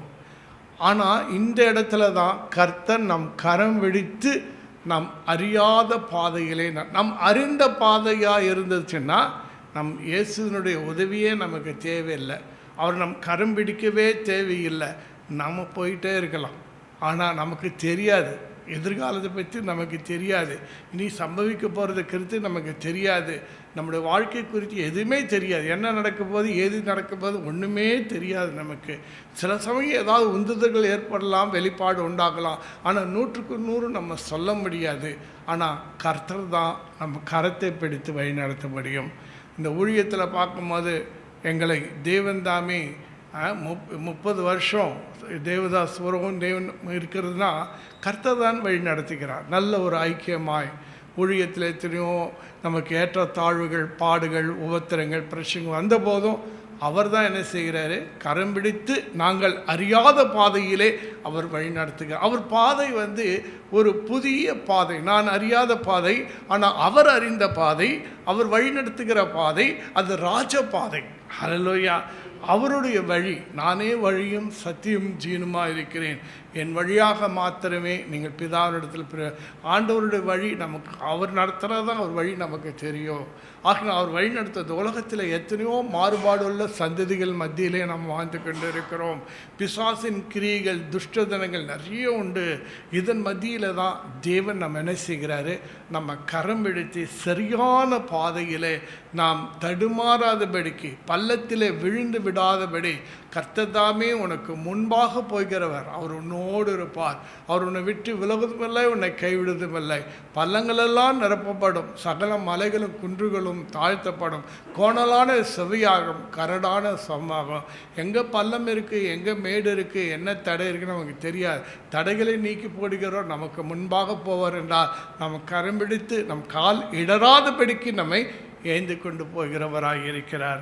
ஆக்கினாலே தேவன் தாமே நான் அறியாத பாதை, ஆனால் அவர் ஆயத்தப்படுத்திய பாதை, அதில் அவருக்கு தெரிந்த பாதையிலே என்னை அழைத்து கொண்டு போகிறார். என் கரம் பிடிச்சு ஒரு குருடனை எப்படி கையை பிடிச்சி கூட்டிகிட்டு போகிறாங்களோ அதே மாதிரி தேவன் என்ன செய்கிறாரு, நம்ம போகிற பாதை தெரியாது, நம்ம அறியாத பாதையிலே அவர் நம்மை கரம் பிடித்து கொண்டு நம்மை சரியான வழியிலே நம்மை கொண்டு போகிறவராக இருக்கிறார். ஆகினால தான் நாம் என்ன செய்யணும், அவருடைய கரத்தில் நம்ம கரத்தை கொடுத்துடணும், அவரையும் உறுதியாய் பிடிச்சுக்கணும். உம்மை உறுதியாய் பற்றிக்கொண்ட மனதை உடையவன் உண்மையே நம்பியிருக்கிறபடினாலே அவனை பூர்ண சமாதானத்துடன் காத்துக்கொள்வேன். கர்த்தரை நம்புங்கள், கர்த்தராகிய யெகோவா நித்திய கன்மலையாக இருக்கிறார். அதனால ஆண்டவரை நம்ம உறுதியாக பிடிச்சிக்குவோம். ஆண்டவரை என் கரம் பிடித்து நீங்கள் நடத்துங்க, சரியான பாதையில் நீங்கள் தான் என்னை வழி நடத்த முடியும், நீங்கள் தான் முன்னாடி போகணும், நீங்கள் முன்னாடி போங்க ஏசப்பா, நான் பின்னாடி வரேன், என்னை வழி நடத்துங்க, நான் உன்னை ஃபாலோ பண்ணிட்டு வரேன் ஆண்டவரேன்னு சொல்லும்போது நம்ம சரியான பாதையிலே அவர் நம் வாழ்க்கையில் என்ன சித்தம் வைத்திருக்கிறாரோ, என்ன நோக்கம் வைத்திருக்கிறாரோ, எதை ஆயத்தப்படுத்தி வைத்திருக்கிறாரோ, தேவன் ஆயத்தப்படுத்தியவைகள் நம் கண்கள் காணவும் இல்லை, நம் இதயத்திலே தோன்றவும் இல்லை. அவரே வழி நடத்தும் போது தான் அதை நம்ம தெரிந்து கொள்ள முடியும், அதை சுதந்திரத்து கொள்ள முடியும். ரூத்துக்கு தெரியாது, வாழ்க்கை எங்கே போகுதுன்னு தெரியாது. அவர் ஒரு விதவையாக ஒரு ஸ்திரீ, மோவாபிய ஸ்திரீ.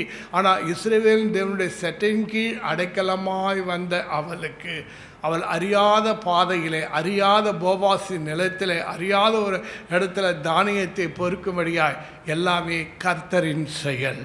அல்லேலூயா. அது தற்செயல் என்றாலும் அது கர்த்தருடைய செயலாக, ஏன்னா கர்த்தர் தான் ரூத்தை கரம் பிடிச்சு வழி நடத்திக்கிட்டு போகிறாரு அறியாத பாதையிலே. ஆகினாலே இப்படியாய் தேவன் நம்மையும் வழி நடத்துகிறவராக இருக்கிறார். இதே போல தான் வனாந்தரத்தில் சூரியன் அஸ்தமித்த வேளையில் யோசேப்பு என்ன செய்ய, யாக்கோபு அந்த வனாந்தரத்தில் அன்னைக்கு ஆண்டவர் அவனுக்கு தரிசனம் கொடுத்து ஒரு ஏணியை காண்பித்து, நான் சொன்னதை செய்யுமளவும் நான் உன்னை கைவிட மாட்டேன்னு சொன்னான். யோசேப்பை தூக்கி போய் குழியில் போட்டுட்டாங்க. அவனுக்கு தெரியாது, எங்கே போனாலும் என்ன அடுத்தது அடிமை, அதுக்கப்புறம் கைதி. இப்படியே பிரச்சனைகள் மேல் பிரச்சனை தான் போகுது. ஆனாலும் கர்த்தருடைய கருத்தை பிடிச்சிட்டா, கர்த்தர் அவன் கருத்தை பிடித்துக்கிட்டு ஒரு நாள் என்ன செஞ்சிட்டாரு, அங்கே பார்வோனுக்கு அடுத்த ஸ்தானத்தில் அவனை கொண்டு போய் ஒரு பிரைம் மினிஸ்டராக கொண்டு போய் நிறுத்தினார். இதுதான் நம் தேவன் செய்கிற ஒரு காரியம். ஆடு மேய்க்கும் போது தாவீதுக்கு ஒன்றுமே தெரியாது. அவன் சமஸ்த இஸ்ரவேல் ராஜாவானோ தெரியுமா? ஆண்டவர் நடத்துகிறார். ஒரு சமயம் அவனுக்கு ஒரு போராட்டத்தை கொடுக்குறாரு. சிங்கம் வருது, கரடி வருது, கோலியாத்து வருது, இப்படியாய் வருகிறது. அப்புறம் கெபியிலையும் வனாந்தரத்தில் அலைந்து திரிகிறான்.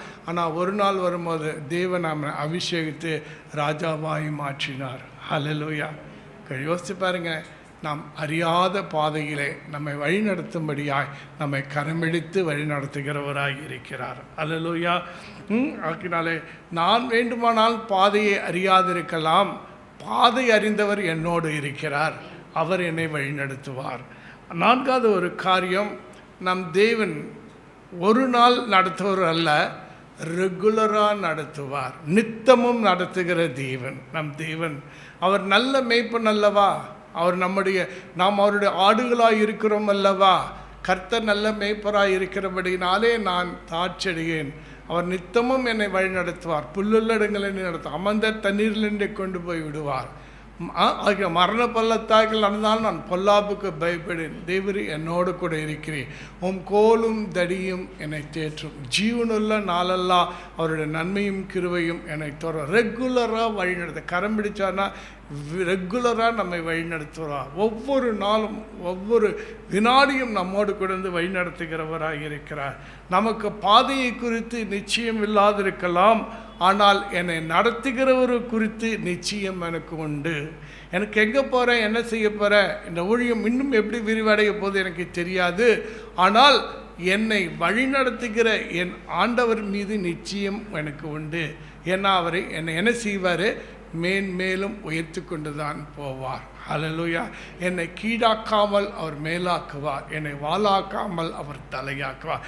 இந்த நிச்சயம் எனக்கு உண்டு. ஏன்னா நான் ஆராதிக்கிற தேவன் என்னான் என்று நான் அறிந்திருக்கிறேன். போல் சொல்லுகிறாளா, நான் விசுவாசிக்கிறவர் இன்னார் என்று நான் அறிந்திருக்கிறேன் என்று. ஆக்கினாலே நான் விசுவாசித்திருக்கிற அந்த தேவனை குறித்த நிச்சயம் எனக்கு உண்டு. ஆக்கினாலே நித்தமும் அவர் என்னை நடத்துகிறவராக இருக்கிறார். ஐந்தாவது ஒரு காரியம் சொல்லுகிறேன், அவர் என் கரம் பிடித்தார் என்று சொன்னால் என் கரத்தை ஒருபோதும் கைவிட மாட்டார். நானாக ஒரு கையை உதறி தள்ளினாதான், ஆனால் அவராக கையை விட மாட்டார். அவர் நம்ம கைவிடுகிறவர் அல்ல. எபிரேயர் 13:5 சொல்ல, நான் உன்னை விட்டு விலகுவதும் இல்லை, நான் உன்னை கைவிடுவதும் இல்லை. நாம் அவருடைய கையை உதறாத இருந்தோம்னா நிச்சயமாக அவர் நம்மை கரம் பிடித்து கொண்டே இருப்பார். ஆகினாலே நான் உனக்கு சொன்னதை செய்யுமலும் நான் உன்னை கைவிடுவதில்லை என்று எப்படி யாக்கோபுக்கு சொன்னாரோ அதே தேவன் தான் இன்றும் ஜீவனுள்ளவராக இருக்கிறார். தேவன் உங்களுக்கு என்ன வாக்குத்தத்தம் பண்ணி இருக்கிறாரோ, என்ன தரிசனம் கொடுத்தாரோ அந்த தரிசனத்தை நிச்சயமாக நிறைவேற்றுவார். அவங்க கையை விட மாட்டார், ஆனால் நாம் அவர் கையை விடக்கூடாது. அல்லேலூயா. ஆகினாலே என்னை கைவிடாதவர் எனக்கு துணையாக இருக்கிறார். முதலாவது காரியம், நான் தனியாக இல்லை, அவர் என்னோடு கூட இருக்கிறார். ரெண்டாவது காரியம், நான் உத்தமன் என்று அவர் என்னை கைப்பிடிக்கவில்லை, என்னை உத்தமனாக்கும்படியாக அவர் என் கரத்தை பிடித்திருக்கிறார். பாதையை நான் அறியாதிருக்கிறேன், ஆனால் அறிந்தவர் என்னோடு கூட இருக்கிறார். நமக்கு பாதையை குறித்து நிச்சயம் எனக்கு இல்லை, ஆனால் நான் விசுவாசிக்கிறவர், என்னை கரம் பிடித்தவரை குறித்து நிச்சயம் எனக்கு உண்டு. என்னை கைப்பிடித்தவர் என்னை ஒருபோதும் கைவிடவே மாட்டார். அல்லேலூயா.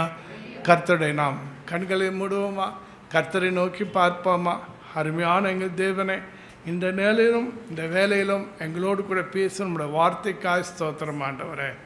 எஸ்ஐயா 41:13 படியாய், உன் தேவனாய் இருக்கிற கர்த்தராகிய நான் உன் வலதுகையை பிடித்து பயப்படாதே, நான் உனக்கு துணை நிற்கிறேன் என்று சொல்லுகிறேன் என்ற வாக்கின்படியாய் தேவன் எங்களோடு கூட பேசியிருக்கிறீர் ஆண்டவரே.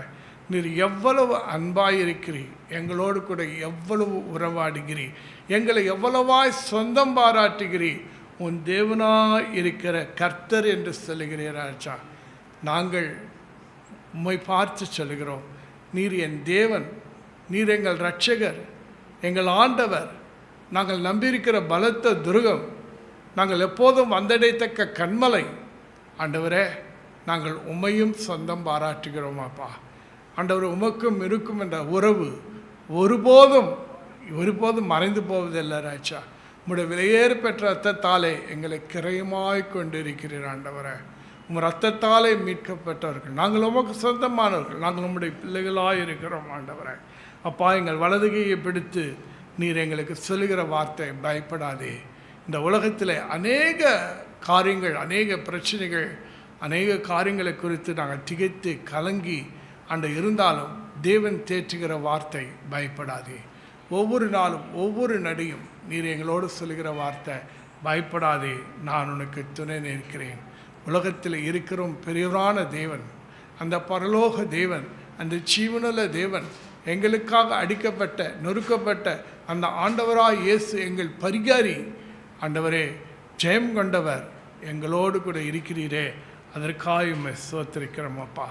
நன்றி ஆண்டவரே. இந்த காணலை காண்கின்றவர்கள் யாராக இருந்தாலும் சரி, ஆண்டவராய் இயேசு இங்கே அமர்ந்திருக்கிற ஒவ்வொரு வாழ்க்கையிலும் கூட நீங்கள் சொல்லுகிற ஒரே ஒரு காரியம், நான் உன் தேவன், பயப்படாதே, நான் உனக்கு துணை நிற்கிறேன். ஆண்டவரே, அனைவரையும் தேவன் ஆசீர்வதிப்பீராக. இயேசுவின் நாமத்தில் பிதாவே, ஆமென்.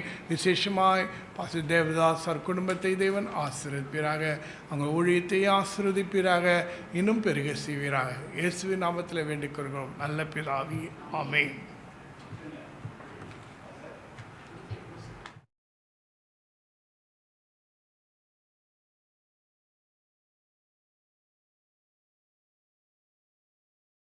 உள்ளமே பரிசுத்த நாமத்தை ஸ்தோத்திரி, என் ஆத்மாவே கர்த்தரை ஸ்தோத்திரி, கர்த்தர் செய்த சகல உபகாரங்கள் மறவாதி. ஆமென்.